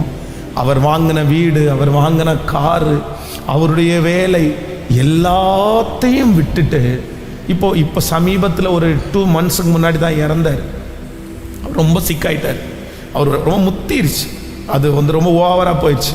எல்லாத்தையும் விட்டுட்டு அவருடைய ட்ரீட்மெண்ட்டுக்காக இந்த ஊரை விட்டே வெளியே ஒரு ஊருக்கு போய் அங்கே ஒரு வீடு வாடகைக்கு எடுத்து தங்கி ஊருக்கு கூட வராமல் அங்கேயே மரித்து, தன்னுடைய பிள்ளைகளுக்கு இந்த அவமானத்தை கொண்டு வர வேண்டாம், தன்னுடைய பிள்ளைகளை எல்லாரும் தப்பாக நினச்சிருவாங்க அப்படின்னு சொல்லி அந்த ஊர்லேயே மரித்து அங்கேயே அடக்கம் பண்ணப்பட்டார். இங்கே அவருடைய பாடியை கூட கொண்டு வரவே இல்லை. ரொம்ப வருத்தத்துக்குரிய விஷயம். உங்களையும் என்னையும் ஆண்டவர் நிறைய நேரத்தில் தப்பு வைக்கிறார். சிஸ்டர் தப்பு வைக்கிறார், பிரதர் தப்பு வைக்கிறார். நம்முடைய ரகசிய பாவங்களை ஆண்டவர் யாருக்குமே சொல்லலை, ஆண்டவர் யாருக்குமே காமிச்சு கொடுக்கல. யாருக்குமே தெரியாமல் இருக்கிறதுனால நம்ம நிறைய பேர் நல்லவங்கன்ற பேரை வாங்குகிறோம். நம்மளை நிறைய பேர் நம்புகிறாங்க. உங்களை நம்பி ஜப குறிப்பை சொல்கிறாங்க, உங்களை நம்பி ஊழியத்தை கொடுக்குறாங்க, உங்களை நம்பி உங்களை பெருசாக நம்புகிறாங்க. ஆனால் ஆண்டவர் ஏன்னா உங்களை எல்லா விதத்துலையும் கத்தர், சரி என் பிள்ளை இன்னைக்கு மாறுவான், என் பிள்ளை நாளைக்கு மாறுவான், என் பிள்ளை கண்டிப்பாக திருந்துவான், என் பிள்ளை அதுலேருந்து வெளியே வருவான் அப்படின்ற ஒரு காரணத்திற்காக தான் அவருடைய நாமத்திற்கு அது கெட்ட பேர். இல்லைன்னா உங்கள் நிமித்தமாய் ஊழியம் போயிடும், நீங்கள் ஒன்றும் இல்லாமல் போயிடுவீங்க. இந்த ஒரு காரணத்திற்காக தான் ஆண்டவர் நம்முடைய ரகசிய பாவங்களை மறைத்து கொண்டே இருக்கிறார். அவருக்கு எல்லாம் தெரியும், அவர் எல்லாத்தையும் பார்க்கிறார். இன்றைக்கு இந்த சுத்திகரிப்பு ஜபத்தில் ஆண்டவர் உங்களை எச்சரிக்கிறார். ஆண்டவர் மறுபடியும் உங்களிடத்துல பேசுகிறார். யாருக்கும் தெரியாத ரகசிய பாவத்தை விட்டு வெளியே வந்துவிடும் மகனே. அது ஒரு நாள் உன்னை ஆபத்தை கொண்டு வந்தும், அது ஒரு நாள் உன்னுடைய பேரை கெடுத்துவிடும், அது ஒரு நாள் உன்னுடைய சாட்சியை கெடுத்துவிடும், ஒரு நாள் மற்றவர்களுக்கு முன்பாக வெட்கப்படுத்தி உன்னை நிற்க வைக்கும். அன்றைக்கு அந்த அவமானத்தை யார் சுமக்க முடியும்? அன்றைக்கு இந்த உலகம் உன்னை மதிக்காது. அன்றைக்கு உன்னுடைய கைகளில் இருக்கிற பொறுப்புகள் பிடுங்கப்படும். அன்றைக்கு நீ எல்லாவற்றையும் இழந்து நீ ஒன்றுமில்லாதவனாய் நிற்பாய். ஆண்டவர் மன்னிச்சிருவார் பிரதர், ஆண்டவர் மன்னிச்சிருவார் சிஸ்டர். ஆனா இந்த உலகம் ஒரு நாள் நம்மளை என்ன பண்ணாதுன்னா ஏத்துக்கவே. இந்த உலகத்துக்கு முன்னாடி இருக்கிற நம்மை குறித்து பொய்யாய் பேசுகிறதை குறித்து கவலைப்பட வேண்டாம். நீங்கள் சந்தோஷப்பட்டு களி கூறுங்கள், பரலோகத்தில் உங்களுக்கு பலன் மிகுதியா இருக்கும். நீங்க செய்யாத ஒன்றை செஞ்சிட்டாங்களா தப்பில்லை. ஆனா சில நேரத்தில் நம்முடைய வாழ்க்கையில இருக்கிற ரகசியங்கள் வெளியே வரும்போது நம்ம வெட்கப்பட்டு போயிடுவோம். ஆண்டவர் யாரோ ஒருத்தரை எச்சரிக்கிறார். மறைவிடத்தில் வேண்டாம் மகனே, தெரியாத பாவத்தை விட்டு வெளியே வந்து விடு. என்னைக்காவது ஒரு நாள் அது கண்டிப்பா என்ன வரும் அப்படின்னு சொன்னா வெளியே வரும்.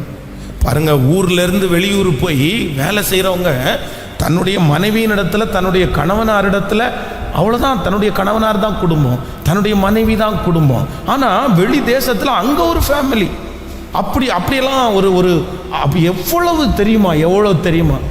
இதெல்லாம் வெளியில வரும்போது இந்த உலகம் நம்ம எவ்வளவு மோசமாய் நம்மளை சித்தரிக்கும். அதனால ஆண்டவர் உங்க மேல கிருபையா இருக்கிற வரைக்கும் உங்க மேல ஆண்டவர் ரொம்ப கிருபையா இருக்கார். நம்ம மேல ஆண்டவர் ரொம்ப கிருபையா இருக்கார். உண்மைதானே? எத்தனை பேர் ஆமோதிக்கிறீர்கள்? அவர் நம்மளை மறைக்கிறதுனால தான் நம்ம வாழ்றோம். கையை மேல உயர்த்தி, உங்களை மாதிரி அன்புள்ளவர் ஒருவருமே இல்லப்பா சொல்லுங்க. முழு பலத்தோட அப்பா பார்த்து சொல்லுங்க, உங்களை மாதிரி அன்புள்ளவர் யாரும் இல்லை.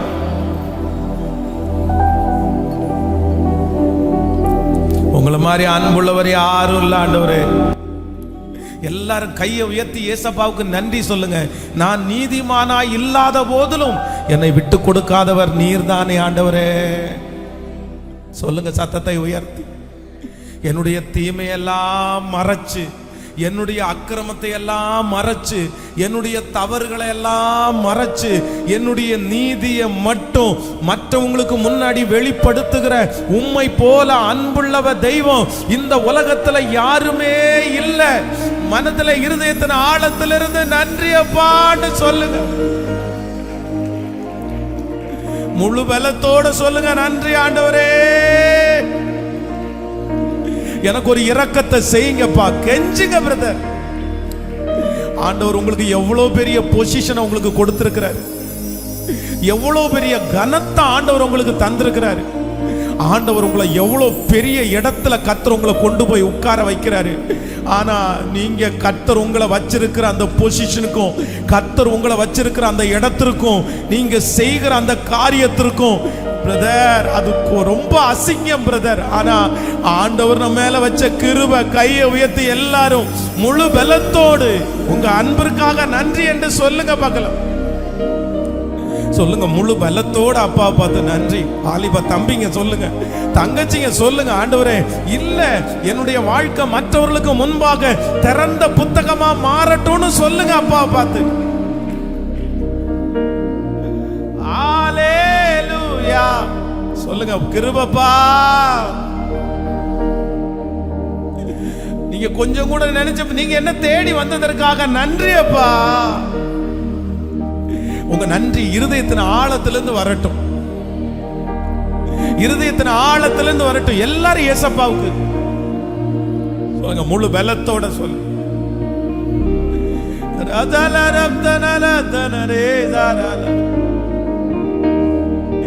ஏசப்பா ஏசப்பா ஏசப்பா ஏசப்பா ஏசப்பா ஏசப்பா ஏசப்பா ஏசப்பா. ஓ நன்றி. காலங்கிற என்னை கண்டு கடல் மேல் நடந்து வந்து காற்றையும் கடலை அதட்டி கரை சேர்த்தீங்க. காலங்கிற என்னை கண்டு கடல் மேல் நடந்து வந்து காற்றையும் கடலை அதட்டி கரை சேர்த்தீங்க. அற்ப விசுவாசம் நிறைந்த என் வாழ்க்கையில அற்புதம் செய்பவரா வந்து நீங்க. என்னை ஆற்றி தேற்றி அரவணைச்சீங்க. சொல்லுவோம், நல்ல தகப்பனாக தூக்கி இன்னும் சத்தத்தை உயர்த்தி என்னை ஆற்றி தேற்றி அரவணைச்சீங்க. நல்ல தகப்பனாக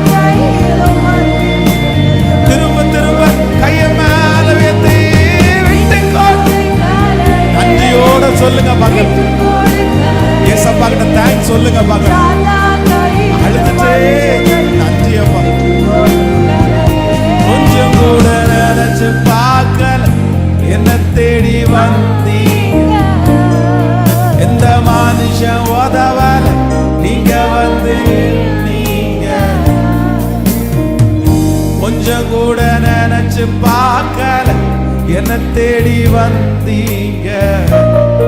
இந்த மனுஷன் உதவ இங்க வந்து நின்றீங்க. விட்டு கொடுக்கலையே,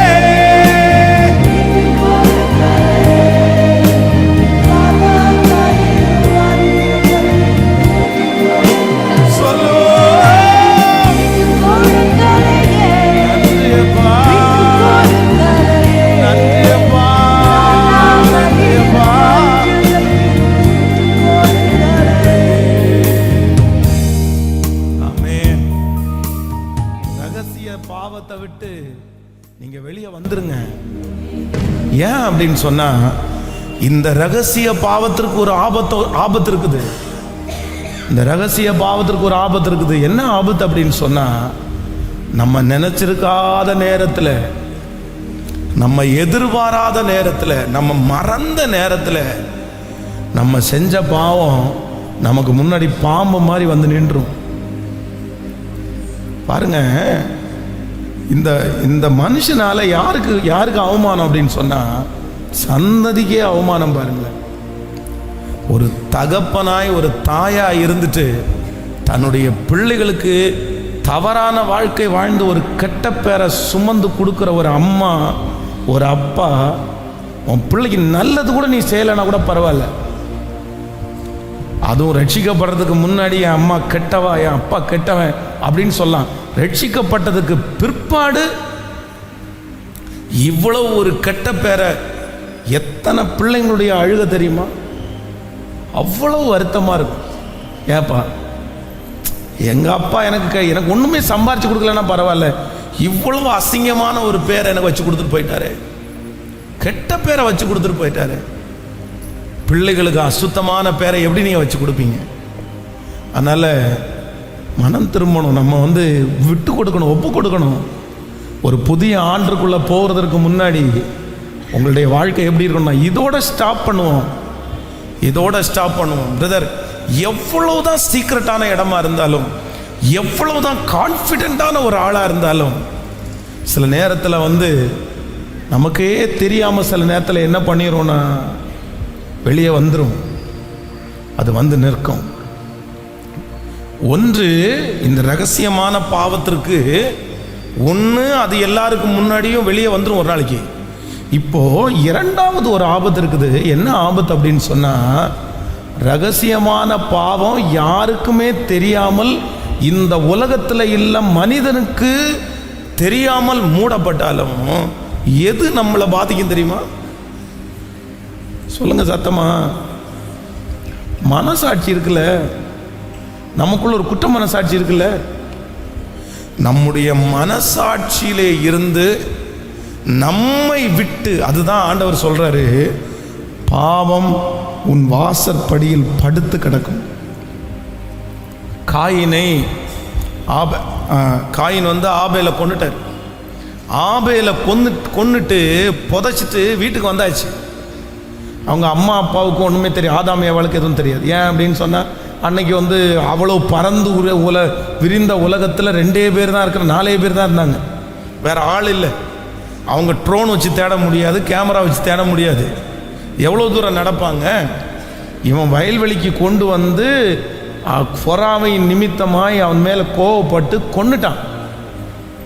இப்போ ஆண்டவர் என்ன கேட்குறாரு அப்படின்னு சொன்னால், காயினை பார்த்து கேட்குறாரு,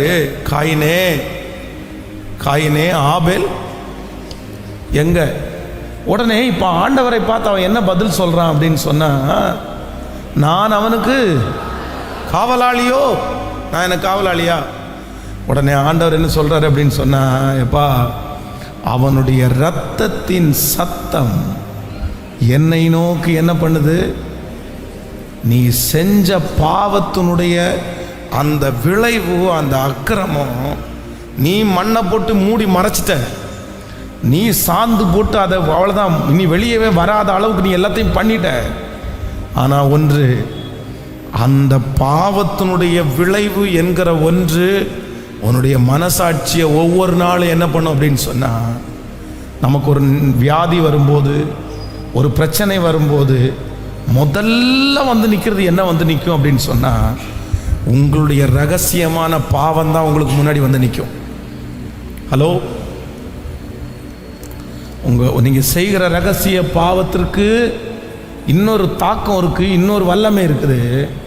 எப்படி வந்து நிற்கும் அப்படின்னு சொன்னால், உங்களுடைய வாழ்க்கையிலே கர்த்தர் உங்களை எந்த போராட்டங்கள் உங்களுக்கு வந்தாலும் உங்கள் கண்ணுக்கு முன்னாடி வந்து, நான் செஞ்ச தப்புக்கு நான் அனுபவிக்கிறேன், நான் இவ்வளவு மோசமான ஒரு ஆள், உங்கள் மனசாட்சி ஏன் இப்படி பண்ணேன்னு கேட்கும். அதனால தான் ஆண்டவர் இன்றைக்கு இந்த சுத்திகரிப்பு ஜெபத்தில் சொல்கிறாரு, உன்னுடைய ரகசிய பாவத்தை விட்டு நீங்கள் என்ன பண்ணணும் அப்படின்னா சத்தமாக சொல்லுங்கள். எத்தனை பேர் தீர்மானம் எடுக்கிறீங்க? எத்தனை பேர் ஒப்பு கொடுக்குறீங்க? Thank you Jesus. உங்களுடைய ஒரு பக்கம் தான் எல்லாருக்கும் தெரியும் பிரதர், உங்களுடைய ஒரு பக்கம் தான் எல்லாருக்கும் தெரியும் சிஸ்டர், இன்னொரு பக்கம் தெரியாது. ஒரே பெட்டில் தான் படுத்து தூங்குறீங்க, ஒரே சாப்பாடு, ஒரே தட்டு, ஒரே பானையில் ஆக்கின சாப்பாடு தான் நீங்கள் சாப்பிட்றீங்க. ஆனால் உங்களுடைய நினைவே வேற, உங்களுடைய வாழ்க்கையே வேற. உங்கள் மனைவி உங்களை பார்த்து உன்ன மாதிரி ஒரு பரிசுத்தவான் இல்லை அப்படின்னு சாட்சி கொடுக்குறாங்க. உங்கள் கணவன் உங்களை பார்த்து உன்ன மாதிரி ஒரு பொண்ணை பார்த்துருக்கவே முடியாது, நீ அவ்வளோ நல்லவளாச்சே, என் மனைவிக்கு எதுவுமே தெரியாது, என் மனைவிக்கு ஒன்றுமே தெரியாது, என் மனைவி இதில் ரொம்ப சூப்பர், என் மனைவி இதில் சுத்தமான ஒரு மகா அப்படின்னு உங்கள் மனைவி ஒரு கணவன் உங்களை பார்த்து ரொம்ப சாட்சி கொடுக்கலாம். ஐயோ, நீ எல்லாம் தங்கம்ப்பா, நீ எல்லாம் பரலோகத்தில் டைரக்டாக நீ போயிடுவ, ஏசப்பா கூட்டவுடனே போயிடுவ, என்ன 2 வார்த்தை பேசுவ, கோவப்படுவ, மற்ற மாதிரி நான் செய்த தப்பெல்லாம் நீ செய்கிறது இல்லையே அப்படின்னு உங்கள் கணவன் இடத்துல சாட்சி வாங்கலாம்.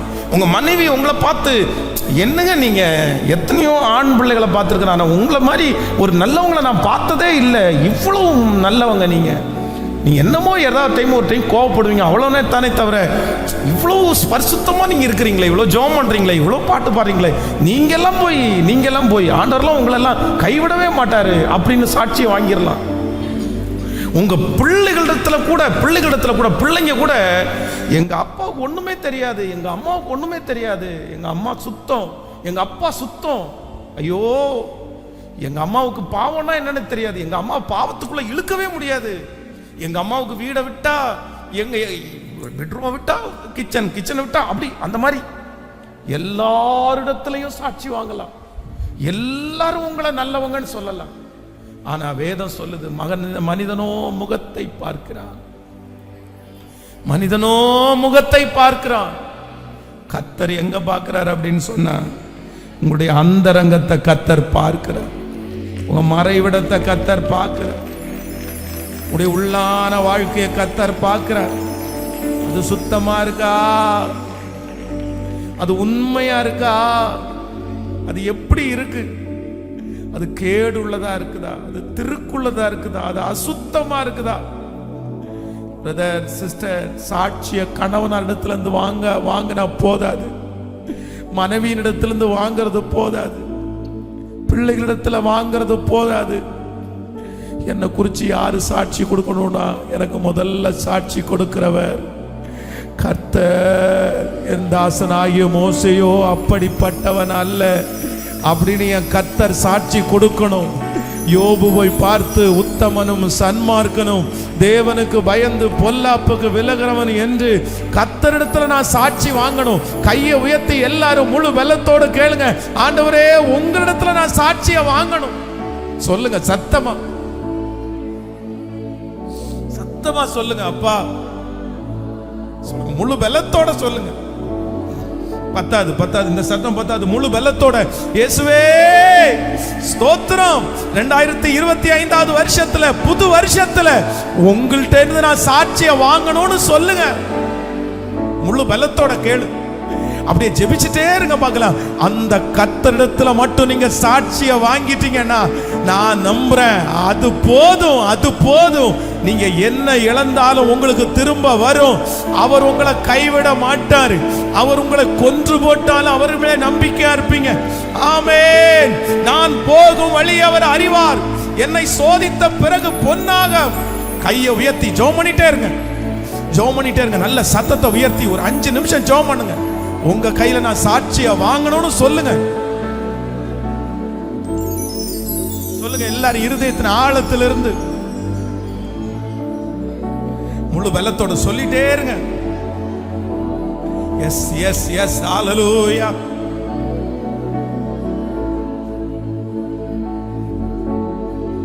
ஹalleluya ஹalleluya ஹalleluya. முழு பலத்தோட அப்பா பார்த்து சொல்லுங்க, ஏசப்பா நீங்க என்ன குறிச்சு சாட்சி சொல்லணும். ஏன்னா என்னுடைய எல்லாமே உங்களுக்கு மட்டும்தான் ஏசப்பா தெரியும். உங்களுக்கு மட்டும்தான் ஏசப்பா தெரியும். என்ன குறிச்சு நீங்க சாட்சி சொல்லணும் ஆண்டவரே. நான் சபையில சாட்சியை வாங்கிட்டேன், பாஸ்டர் இடத்துல சாட்சியை வாங்கிட்டேன், என் குடும்பத்துல சாட்சியை வாங்கிட்டேன். ஆனா உங்களிடத்துல நான் சாட்சியை வாங்கணும். இயேசுவே ஒரு புதிய வருஷத்துக்குள்ள என்ன கொண்டு போறதுக்கு முன்னாடி உங்களிடத்துல இருந்து ஒரு சாட்சி உள்ள வாழ்க்கை வரணும்ப்பா. கிருபை கிருபை கிருபை கிருபை கிருபை கிருபை கிருபை கிருபை கிருபா கிருபா கிருபா கிருபாண்டவரே கிருபை கிருபை கிருபை கிருபை. ஹல்லேலூயா. கைகளை உயர்த்தி ஒரு ஹல்லேலூயா சொல்லுங்க. இந்த உலகத்துல நம்மளை குறித்து நல்ல பேரை, நம்மளை குறித்து நல்லதை சொல்றது மாதிரி 10 பேரை சம்பாதிக்கிறது பெரிய விஷயம் இல்லை. அப்சலோமை குறித்து வேதம் சொல்லுது, அவனை குறித்து நல்லதா சொல்றது மாதிரி 10 பேரை அவன் சம்பாதிச்சான். அந்த அரண்மனையிலே இருக்கும்போது தன்னுடைய தகப்பனாரை எதிர்த்து அப்சலோமை நிறைய பேர் நல்லவன்னு சொன்னான். ஐயோ உங்களை மாதிரி யார் இருக்கா, உங்களை மாதிரி யார் இருக்கா. வர்றவங்க எல்லாரையும் வழியில் நிப்பாட்டி அவங்களுடைய பிரச்சனை என்னன்னு விசாரித்து, இவன் ஆள் பார்க்குறதுக்கு பயங்கரமாக இருப்பானே, உச்சந்தலை முதல் உள்ளங்கால் வரைக்கும் அப்சலோமுக்கு என்ன இல்லை, பழுதே இல்லையாமா. ஆணழகன்றதை வந்தான் மட்டும். அவ்வளோ அழகான பையன், அவ்வளோ அழகான ராஜாவினுடைய பையன் தோள் மேலே கையை போட்டு உங்கள் பிரச்சனை என்னன்னு கேட்கும்போது உருகாத மனசும் எப்படி அப்படி அவன் பக்கம் சாயும். அப்படியா நான் செய்கிறேன் அப்படின்னு சொல்லிட்டு அவனுக்கு அப்போவே அந்த பிரச்சனையை சால்வ் பண்ணி விட்ட உடனே 10 பேர் கொடி பிடிச்சிட்டு அப்சலோம் வாழ்க, அப்சலோம் நல்லவர், ராஜா கெட்டவர், தாவீது ஒழிக, அப்சலோம் வாழ்க அப்படின்னு பிடிச்சிட்டான். 10 பேரை சம்பாரிச்சிட்டான். ஆண்டவருடைய பிள்ளையை, இந்த உலகத்தில் நம்மளை குறித்து சாட்சி சொல்லுகிறதற்கு ஆட்களை உருவாக்குறது தப்புன்னு சொல்லலை, கரெக்டு தான். ஆனால் உண்மையில் நம்மளை குறித்து யார் தான் சாட்சி சொல்லணும்னா, சில நேரத்தில் நான் சர்ச்சில் பிலீவராக இருக்கும்போது அடிக்கடி கற்பனை பண்ணுவேன். என்ன கற்பனை பண்ணுவேன்னா, நான் அந்த மாதிரி ஜெபம் பண்ணுவேன். அதனால் பாஸ்டர் ஒரு நாள் என்னை கூப்பிட்டு மேடையில் என்னை நிற்க வச்சு, இந்த பையனை மாதிரி இருங்கப்பா, இந்த பையனை மாதிரி இருங்கப்பா, எப்படி வரான் பாரு, எவ்வளோ சீக்கிரமாக வரான் பாரு, ஒழுக்கமுள்ள பிள்ளைப்பா, இவன் நல்லா பாட்டு பாடுறான்ப்பா, நல்ல வசனம் சொல்கிறான்ப்பா, இவனை மாதிரி இருங்கப்பான்னு எங்கள் பாஸ்டர் ஒரு நாளாவது சொல்லணும் அப்படின்னு கனவெல்லாம் காண்பேன் நான். உண்மையிலே பெரிய கற்பனை இருக்கும். அப்படி ஒரு நாள் சொன்னால் எப்படி இருக்கும், பாஸ்டரை என்னை கூப்பிட்டு சொன்னால் எப்படி இருக்கும், வெளியிலேருந்து வர ஒரு பாஸ்டர் என்னை கூப்பிட்டு சொன்னால் எப்படி இருக்கும் அப்படின்னு எல்லாம் நினச்சிருக்கிறேன். ஆனால் உண்மையிலே சில நேரங்களில் நல்ல பேரும் வாங்கியிருக்கிறேன், நல்ல பையன் அப்படின்ற பேரெல்லாம் வாங்கியிருக்கிறோம். ஆனால் உண்மையிலே எனக்கு வேதத்தினுடைய அறிவு வந்ததுக்கு பிறகு என்னுடைய பாஸ்டர் என்ன நல்ல பையன்னு சொல்றதுனால இந்த உலகத்தில் ஆண்டவருடைய சித்தத்தை என்னால் நிறைவேற்ற சொல்லுங்க முடியவே முடியாது. ஆண்டவருடைய டீலே வேற, உலகத்தினுடைய டீலே வேற. எத்தனை பேர் ஆமோதிக்கிறீங்க? என்னை குறித்து யார் சொல்லணும் அப்படின்னு சொன்னா கர்த்தர். இன்னைக்கு இந்த சுத்திகரிப்பு ஜபத்தில் ஒரு தீர்மானத்தோட இந்த இடத்துல இருந்து போங்க. ஆண்டவரே, ஒரு நாள் என்னை குறித்து நீங்கள் சாட்சி சொல்லுகிற நாள், வருகிற ஆண்டே கர்த்தர் என்னை குறித்து சாட்சி சொல்லுகிற. எனக்கு மறைவானது ஒன்றுமே இல்லை, தெரியாதது ஒன்றுமே இல்லை. என் இருதயம் உமக்கு முன்பாக அப்படியே திறந்த புத்தகமாய் இருக்கிறது. ஹல்லேலூயா, ஹல்லேலூயா, ஹல்லேலூயா. நன்றி நன்றி நன்றி நன்றி நன்றி நன்றி. நீங்க எங்களை மெச்சிக்கொள்ள போகிறதற்காக நன்றி அப்பா. உங்க கையிலிருந்து ஒரு கைத்தட்டுதலை நாங்க வாங்க போகிறதற்காக நன்றி அப்பா. ஹல்லேலூயா. மொர்தெகாய்க்காக ராஜாவுடைய தூக்கத்தை கெடுத்து ஆமான் என்கிற ஒரு துஷ்டம் வர்றான். என் பிள்ளைய தூக்கல மாட்டணும்னு நினைக்கிறான். ஆனா என் பிள்ளைய தூக்கல மாட்டுறதுக்கு அவன் யாரு? என் பிள்ளைக்கு அந்த ஸ்தானத்தை அல்ல, அவனுக்கு வேற ஸ்தானத்தை வச்சிருக்கேன்னு ராஜாவிட்டையே மொர்தெகாயை குறித்து ஒரு நல்ல வார்த்தையை பேசின அந்த தேவன் எனக்காக அப்படிப்பட்ட பேரை நான் சம்பாதிக்கணும் ஆண்டவரே. சொல்லுங்க, ஜோமனுங்க, முழு பலத்தோட அப்பாட்ட கேளுங்க. இயேசுவே, கெஞ்சுங்க, ஆண்டவர்ட்ட கெஞ்சுங்க. ஹல்லேலூயா, ஹல்லேலூயா. என் மனைவி இடத்துல நல்ல பேர் வாங்குறதுக்கு கிருபை செஞ்சவங்க நீங்க தான் ஆண்டவரே. என் கணவன் இடத்துல நல்ல பேர் வாங்குறதுக்கு கிருபை செஞ்சவங்க நீங்க. ஏன்னா நீங்க என்ன பாதுகாத்ததுனால தான் நான் அந்த பேரை இன்னைக்கு வாங்கி இருக்கிறேன். நீங்க என்ன பாதுகாத்ததுனால தான் அந்த பேரை நான் வாங்கி இருக்கிறேன். ஆனா இவங்க எல்லாரிடத்துலயும் நீங்க எனக்கு பேர் வாங்க வச்சீங்கல்ல. இப்ப நான் ஜெபிக்கிறேன், ஆண்டவரே இந்த பேரை உங்கள்கிட்ட நான் வாங்கணும் ஆண்டவரே. சத்தத்தை உயர்த்தி ஜெபம் பண்ண அந்த கிருபை வெளிப்படுது. முழு பலத்தோட கேளுங்க, உங்கள்கிட்ட வாங்கணும் ஆண்டவரே, உங்கள்கிட்ட வாங்கணும் ஆண்டவரே, உங்கள்கிட்ட அந்த நல்ல பேரை வாங்கணும் ஆண்டவரே, உங்கள்கிட்ட அந்த நல்ல பேரை வாங்கணும்பா, வாங்கணும்பா. எங்களுக்கு இரக்கம் செய்கிறவர் நீங்க தானே அப்பா.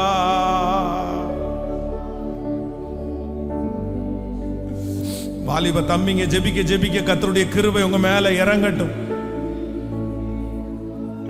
எஸ், ஆமா, சத்தம், அந்த சத்தம் எங்கேயோ ஒரு இடத்துல ஒரு பிரதருடைய சத்தம் மட்டும் அப்படியே உயர்ந்து கேக்குது. அதே போல ஆங்காங்கே நிறைய பேருடைய சத்தம் உயரட்டும்.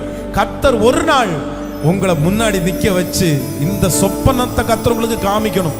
ஒரு ஸ்டேஜில் நிக்க வச்சு ஏசப்பா வந்து ஒரு கிரீடத்தை எடுத்துக்கொண்டு வந்து உங்க தலைமையில வச்சு நீ என் பிள்ளைன்னு உங்களை குறிச்சு சொல்லணும். தூதர்களுக்கு முன்னாடி கர்த்தர் உங்களை புகழ்கிற ஒரு நாள் வரணும். ஸ்தோத்திரம், ஸ்தோத்திரம், ஸ்தோத்திரம், ஸ்தோத்திரம், ஸ்தோத்திரம், ஸ்தோத்திரம், ஸ்தோத்திரம், ஸ்தோத்திரம், ஸ்தோத்திரம். தகப்பனாக இதுவரையிலும் என்னை நடத்தினதற்காக நன்றி. தந்தையே, உங்க தயவால தான் நான் வனாந்தரத்தை தாண்டினேன். நீங்க தான் அப்பாவா எனக்கு இருந்தீங்க. ஒரு சொந்த அப்பா அம்மா எப்படி பிள்ளைகளுடைய தப்ப அப்படியே மறைச்சு எல்லாருக்கும் முன்னாடி காமிக்காம அவங்க திட்டி அவங்க சரி செய்யறதுக்கு மற்றவங்க கையில தண்டனைக்கு கொடுக்காம அந்த பிள்ளைய திருத்தக்கூடிய பொறுப்பை எடுக்கிறது மாதிரி எனக்கு அப்பாவா எனக்கு அம்மாவா இருந்து ஏன் தப்ப திருத்துறதற்கு அதை மறைச்சு என்ன திருத்த நினைச்ச உங்களை மாதிரி ஒரு நல்லவர் ஒருவரும் இல்லப்பா. தகப்பனாக நன்றி அப்பா, நன்றி, நன்றி, நன்றி. ஸ்தோத்திரமே மறவாமல் செலுத்துகிறே. ஸ்தோத்திரமே, ஸ்தோத்திரமே மறவாமல் செலுத்துகிறே.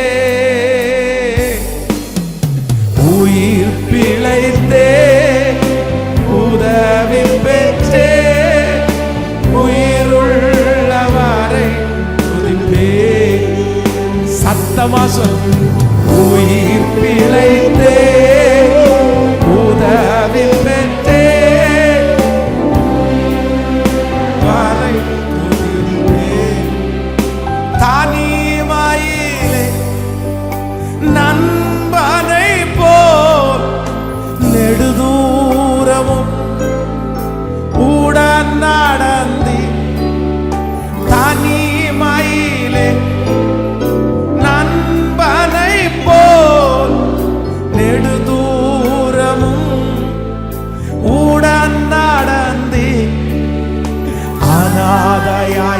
அலைந்ததில்லை.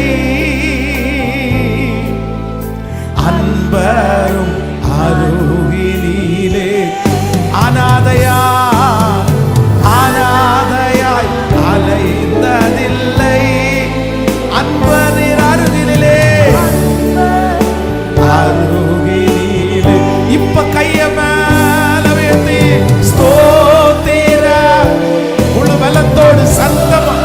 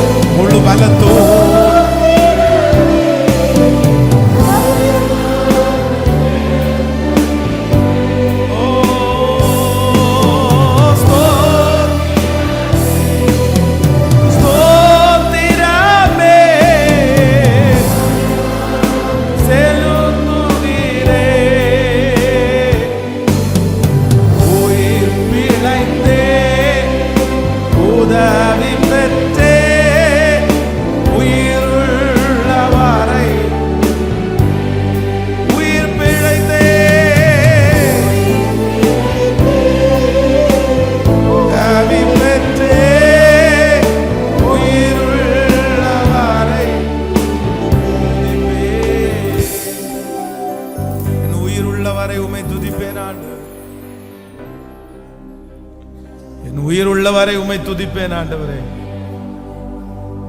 நீர் என்னுடைய ரகசியங்களை எல்லாம் மறைத்ததற்காய் உமக்கு நன்றி ஆண்டவரே. ஹல்லேலூயா. ஒரே ஒரு வசனத்தை வாசி நான் உங்களுக்கு ஜெபித்து முடிக்க ஆசைப்படுகிறேன். 2 சாமுவேல் 12வது அதிகாரத்தினுடைய 7வது வசனத்தை வாசிக்க போறோம். 2 சாமுவேல் 12வது வசனம் 7வது வசனம். அப்பொழுது நாத்தான் தாவீதை நோக்கி, நீயே அந்த மனுஷன். இஸ்ரவேலின் தேவனாகிய கர்த்தர் சொல்லுகிறது என்னவென்றால், நான் உன்னை இஸ்ரவேல் மேல் ராஜாவாக அபிஷேகம் பண்ணி உன்னை சவுலின் கைக்கு தப்புவித்து உன் ஆண்டவனுடைய வீட்டை உனக்கு கொடுத்து உன் ஆண்டவனுடைய ஸ்திரீகளையும் உன் மடியிலே தந்து இஸ்ரவேல் வம்சத்தையும் யூதா வம்சத்தையும் உனக்கு கையளித்தேன். இது போதாதிருந்தால்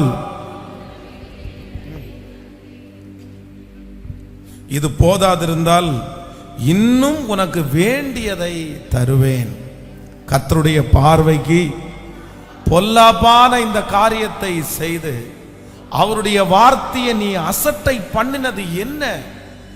ஏத்தியனாகிய உரியாவை நீ பட்டயத்தால் மடிவித்து அவன் மனைவியை உனக்கு மனைவியாக எடுத்துக்கொண்டு அவனை அம்னோன் புத்திரரின் பட்டயத்தாலே கொன்று போட்டாய்.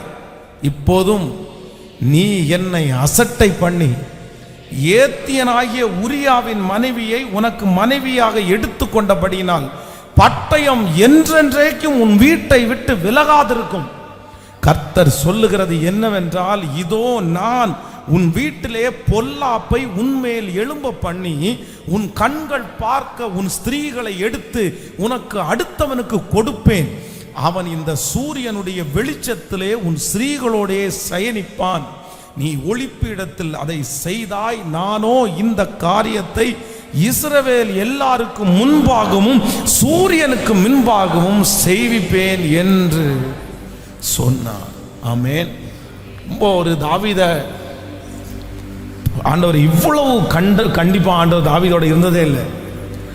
வேதம் சொல்லுகிறது, தாவீத ஆண்டவர் எப்படி வச்சிருந்தார்னா, என்னுடைய இருதயத்திற்கு ஏற்ற தாசன், இருதயத்திற்கு ஏற்ற தாசன்.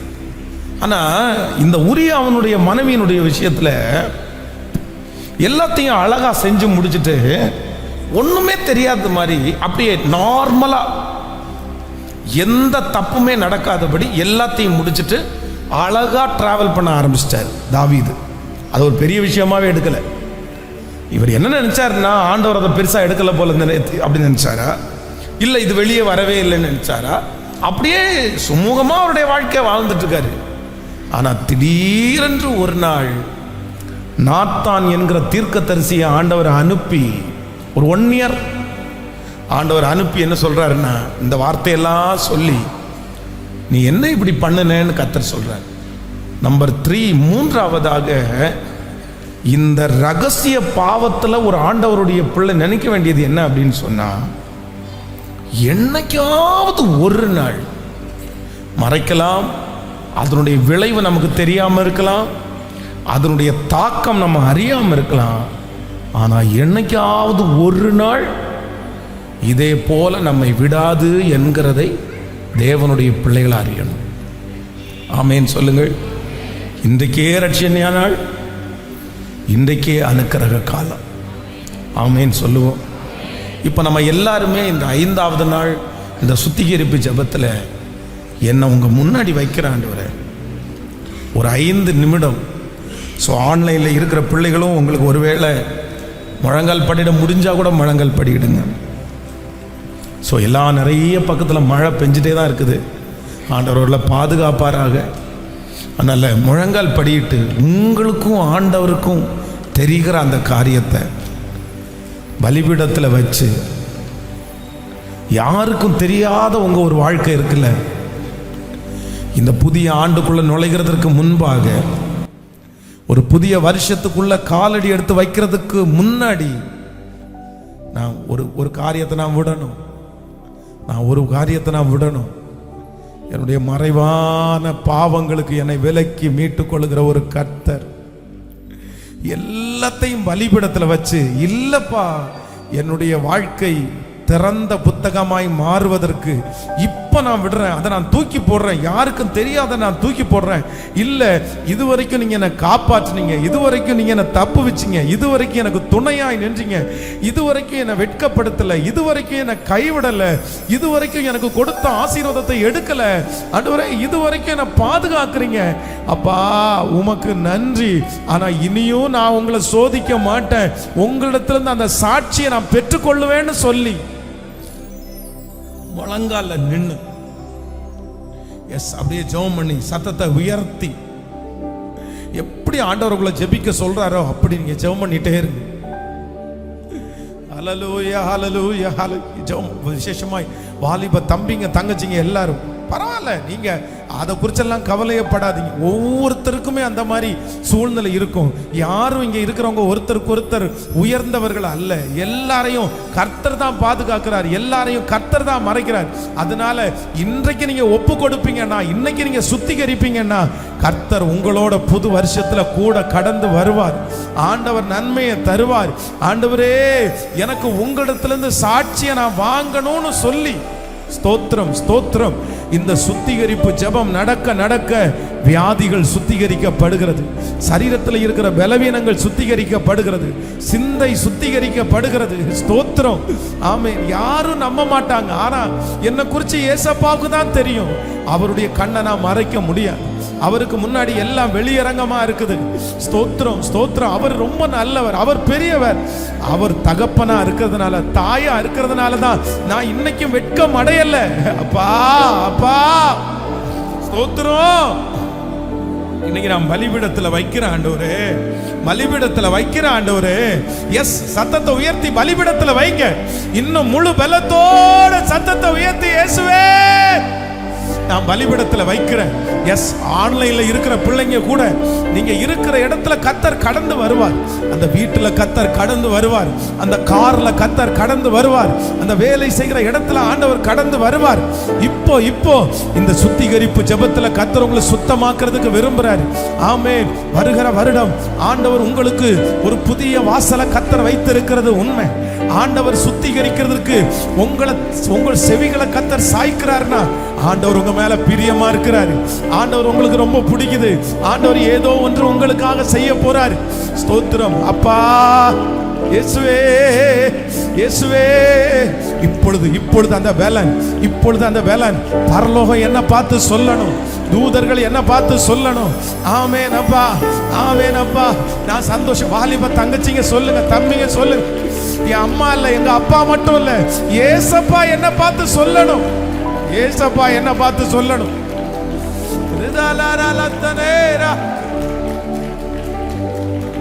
நீங்க சொல்ல போறதுக்காக நன்றி அப்பா, நன்றி அப்பா, நன்றி இயேசுவே இயேசுவே இயேசுவே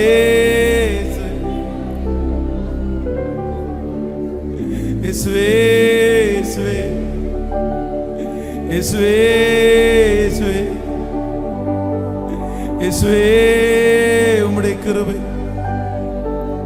உம்முடைய கிருபை, உம்முடைய கிருபை, உம்முடைய கிருபை, உம்முடைய கிருபை, உம்முடைய கிருபை.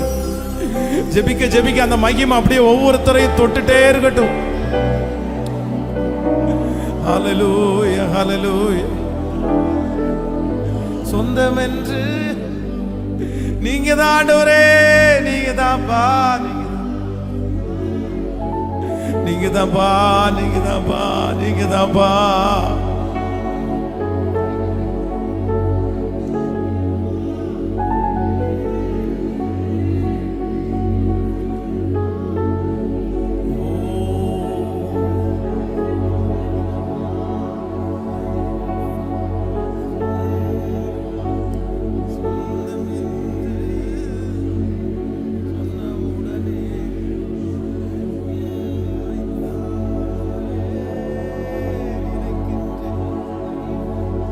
எஸ், உங்க சத்தம் அப்படியே எழுமட்டும். உங்களுக்கு சத்தத்தை உயர்த்தி அந்த சத்தம் பரலோகத்திற்கு போய் சேரட்டும்.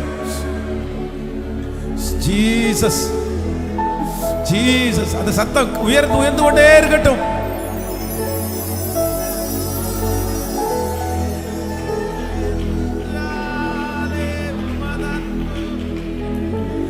அன்பு என்றாலே உமதன்பு ஒன்றுதானே, என்று மாறாத அன்பு ஐயா. அன்பு என்றாலே உமதன்பு ஒன்றுதானே, என்று மாறாத அன்பு ஐயா.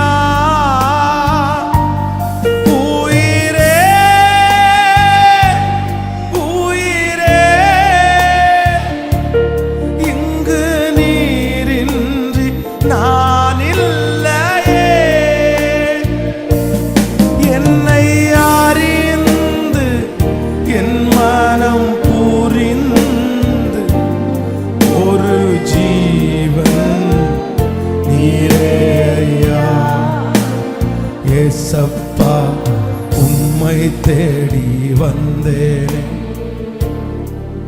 அங்கு எல்லாமே விட்டு விட்டு வந்தேனே. எல்லாரும் ஏசப்பா உம்மை தேடி வந்தேனே,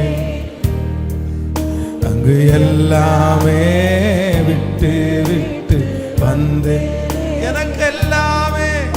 எனக்கெல்லாமே நீர்தான்.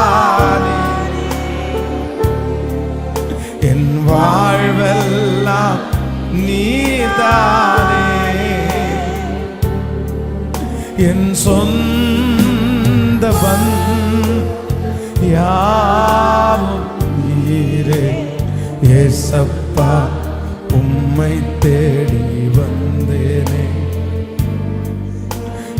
எல்லாமே விட்டு வந்தேனே. சொந்தம் என்று சொன்னவுடனே உம்மைத்தானே நினைக்கின்றேன். உம்மை அறிந்த நாளிலிருந்து உம்மையே அண்டி கிடக்கின்றேன். அன்பு என்றாலே உமதன்பு ஒன்றுதானே.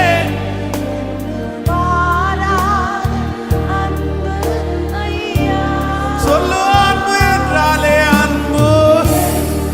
ஆமாப்பா, ஆமாப்பா, உங்க அன்பை தவிர வேற எந்த அன்பு இருக்குப்பா?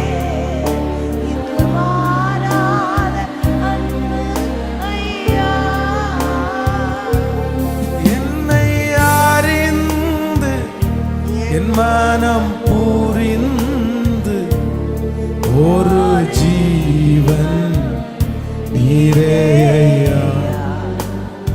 ஏசப்பா, உம்மை தேடி வந்தேனே. இங்கு எல்லாமே விட்டு ஏசப்பா, உம்மை தேடி வந்தேனே. நீ நல்லவர், நல்லவர், நீ நல்லவர், நல்லவர், நீ நல்லவரப்பா, நல்லவரப்பா. அப்படியே எழும்பி நிற்கலாம். கர்த்தர் நல்லவர். ஆமென். Thank you Jesus.